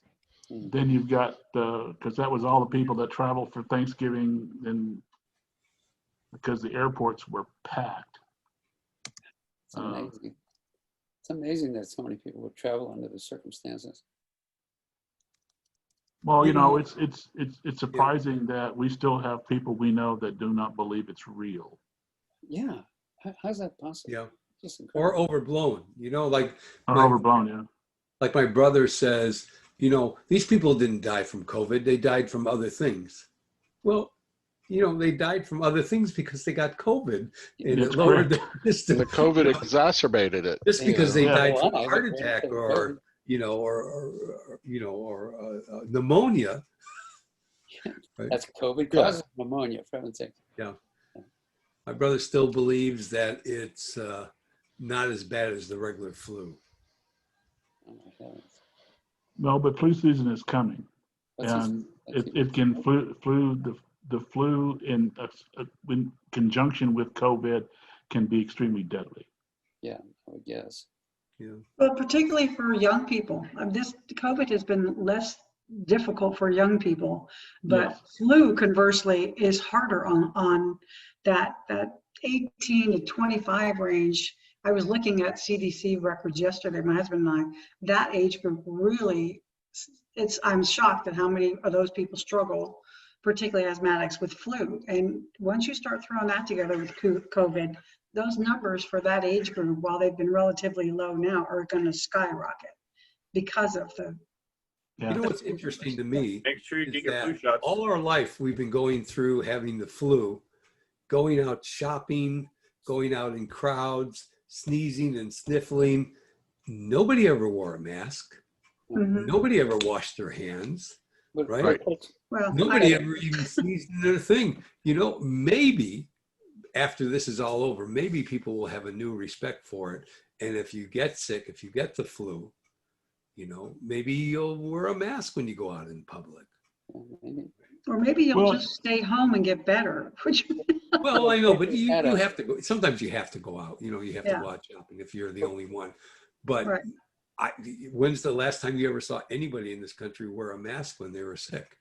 Oh, well, I have, but only because I've Interesting. known a lot of cancer people who've had cancer, but they're like the only True. ones, people with immune compromised systems. But you're They're right. wearing I think that to protect they're themselves. relatively Protect few. themselves. If you, When I was in if you- Korea, if you're you sick, always saw people with masks that were ill. Exactly. Mhm. Exactly. Yeah. Yeah. In the Middle East. What were you saying, Steve? Oh, I was going to say, well, the first thing about influenza, of course, we've had a vaccine for influenza for a long time, Yeah. and so that's quite a bit different from this coronavirus. But still, it's a good idea. If you're sick, first of all, you should stay home. And if you're sick and you have to go out, wearing a mask is a really good idea. Is a good idea. Yeah. Yeah. Maybe. I mean, because I'll probably continue to wear a mask for a while anyway, because I have all these masks now. I've got to do something with them except hang them on the wall. I'm starting to get where I have them to coordinate with my outfit. Yeah, when they're color matched with your shirt and your socks, you got to do something. Exactly. Which mask will I wear today? Yeah. Well, it's Well, funny. Everywhere I go, I take, I've got a thing of wipes I have in the car. I'll take 2 of them out, and that's, when I'm going in, I'm wiping the cart down. I'm wiping the handles to the freezers down. I'm wiping the pin pad down, because the stores did that at first, but now they're not doing that. They don't do all those things, and so if you follow me around the store, you're probably gonna be safer just because I'm wiping all the stuff down as I go through. Because I had a nurse or a doctor, I can't remember who she was, that gave me some bunch of gloves and told me to start using the gloves when I do stuff like that. Now I haven't used them because I forgot what I did with them. But I mean, put gloves on when you go into a grocery store probably is a good idea to start. I mean, they wipe the carts down because, I mean, we watch HEB. The guy's out there, he's handing out carts and cleaning the carts as he hands them out. Yeah. But on inside, when you start opening doors into the refrigeration systems, into the freezer systems, they don't wipe those down. Right. They were at first, but that's just stopped. Yeah. And those are good things to do. But guys, I'll tell you, the biggest place where people where the weakest link is in all this, and it's face masks, and people need to wear them, but people don't wash them. They're constantly touching other things than touching their mask. Yeah. That's where you're finding a lot of problems. I don't think it's so much businesses not cleaning. I think there are some of them are probably not as thorough about it as they used to be. Face masks are the problem. People are not handling their masks properly. They're wearing them for days and days and days. They're on and off. And so they're touching their face and other things, and then they pick that mask up and they put it right back on their face. I mean, I'm guilty of that. I take mine off in the car and I set it down when I don't need to have it on. But then 20 minutes later, I'm getting out of the car, and what do? I put that mask right back on my face.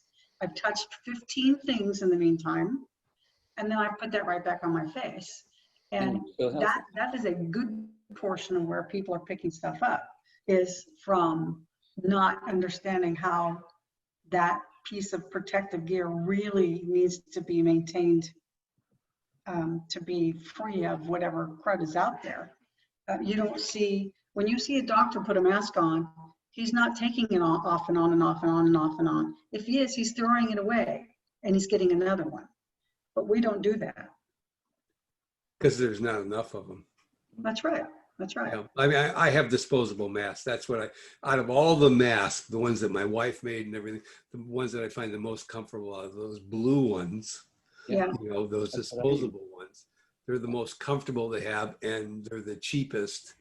In fact, my Humana gives them to me, so I get like 20 of them at a time. And so I'm not as careful as you're saying I should be, but I do throw them away. Yeah. After a while. Yeah. Actually, the CDC said that they recommend people not to use gloves because it lures people into thinking it's a good prophylactic when it's not. They're recommending people not wear gloves because gloves are ineffective. Yeah, washing your hands. Washing your hands. Oh, Yeah, yeah, washing you can't your be washing hands. your hands. Yeah. Because, think about it. you know, if you're wearing gloves, you're still going to be touching the stuff. And if you touch yourself with the gloves after you've touched everything, you know, it doesn't really matter. So the big thing is to wash your hands. Well, the Well, whole and the idea other with thing gloves, the is, whole like, idea with gloves is not to touch yourself with your gloves on, and is to take the Right. stupid gloves off. Because when I did wear gloves, I had a couple of times I wore gloves, but then as soon as I got out of someplace, I took the gloves off and threw them away. And then I got to the car and I washed my hands down with sanitizer. Well, and that's the other thing. If you go somewhere and you touch the handles and stuff like that, don't touch your face. If you don't touch your face, Yeah. you that's know, the don't key. touch your eyes or whatever, and you come back to the car, like you say, and then sanitize your hands and get home and wash your hands, you're probably in good shape. It's kind of Well, it's kind of. I think of it this way. I look at it as if I've gone in and I touched all this stuff, I have to get out, go out to the car, unload my basket, put it in the car, close the door, open the door, get in the car, and probably start the car, and then I wash my hands. Yeah. I've already touched handles, steering wheel, doors, all this other kind of stuff. And That's so, where, like Eric says, my wife makes me take a you know, little wipe and wipe down the things, wipe down the key, wipe down the credit card. And I have a little sanitizing light that I use because I don't like the wipes. I don't like the creams. I don't like the sprays. So I have a UV sanitizing light that I use. that would be nice. yeah. I picked it up at Academy. How much does that cost, Dave? I think it was like $15, $25, something like that. It runs on 4 AAA batteries. So it's pretty reasonable. Yeah, there's seen a couple of them online. There's the newest gadgets for sale on Facebook. You'll see them pop up these little ads, and a couple of them is the UV sanitizers for getting rid of stuff. And I asked Santa for a UV light for Christmas, so I don't know if I'll get it or not. As a stocking stuffer, So how long do you have to expose the surface to that UV light before it's effective? Sure. Dave? not that long. What, You know, a like couple 5 seconds. minutes? 5 minutes, 10 minutes? I mean, No, a couple seconds. really? Yeah, they're pretty quick. Yeah, they're pretty quick. They use them. First time I saw them being used for decontaminating stuff was actually for fish tanks. They'd use UV lights in fish tanks and run the water right by the UV light as it circulated, and it would disinfect the water for the fish. Really? Interesting. I saw And them this- doing that 20, 30 years ago. And before it went out of business, Sharper Image sold air cleaners, electrostatic air cleaners, and their deluxe model had a UV light in it as well for antibacterial and stuff. So We've been using UV lights in air conditioning systems for years, yeah. especially in hospitals. We use they put UV lights in the ductwork around after the air handlers to clean the air that goes into operating rooms, for instance. It's to kill all the germs before it goes in there. And it's one of the things they talked about, all these businesses and the recirculation of the air in the rooms and in the restaurants and stuff. If you go inside, we don't like to go inside restaurants. We try to eat outside if we can, or we have it brought home. But if they would put these UV lights in their diffusers around in their business, it would help sanitize the air that's recycled in the room. Yeah, we're actually looking for that at our church building. Yeah. So that people can come back and. Do you need some links? Probably look. Yeah, I don't know who's, my husband was talking about it a couple weeks ago. Yeah. Yeah, The Air Force used to buy them from several different companies, that's cool. but they also use them like David said, we use them in water treatment as well. Amazing. And they're really cool on fluorescent rocks. And they're cool to photograph with. I have UV lights that I use. I tried a process where I would print on clear acetate and then take glue and put it on a piece of glass and then put the acetate on the glass and then cure the glue with a UV light so that it was perfectly clear. And I thought if I did that, I wouldn't have to do my pressed flowers, and they sold okay. But the the ink faded in the light, you know, when it was exposed to too much sunlight. So it didn't work. So they were like little Christmas ornaments and things to make. But it was fun using the UV light for it. All right. Well, that and black lights, another cool one, but that's Yeah. a different thing. Anyway, all righty, guys. Okay, maybe the next meeting we'll talk about, see if we can work it out. And maybe You want to try to do it after Christmas? You think it would be a Steve better, says maybe after Christmas. We could do it after Christmas. be a lot less people downtown? That's Yeah. what I'm in for. Yeah. Yeah. Okay, so if we go like the week after Christmas? Week after Christmas? I might join you then. My son's coming into town from Nashville and he's a budding photographer. 29th or 30th? Maybe 28th? You don't want to do the 29th is the wife's 31st. birthday, so I can't do that. Yeah. That's New Year's week, so. Yeah, I know, but it's better than New Year's. Right. Like the 29th, maybe Tuesday. Well, I can't do it 29th, so, but that's okay. You guys can go. Or the 30th. Yeah, or the 30th. Mhm.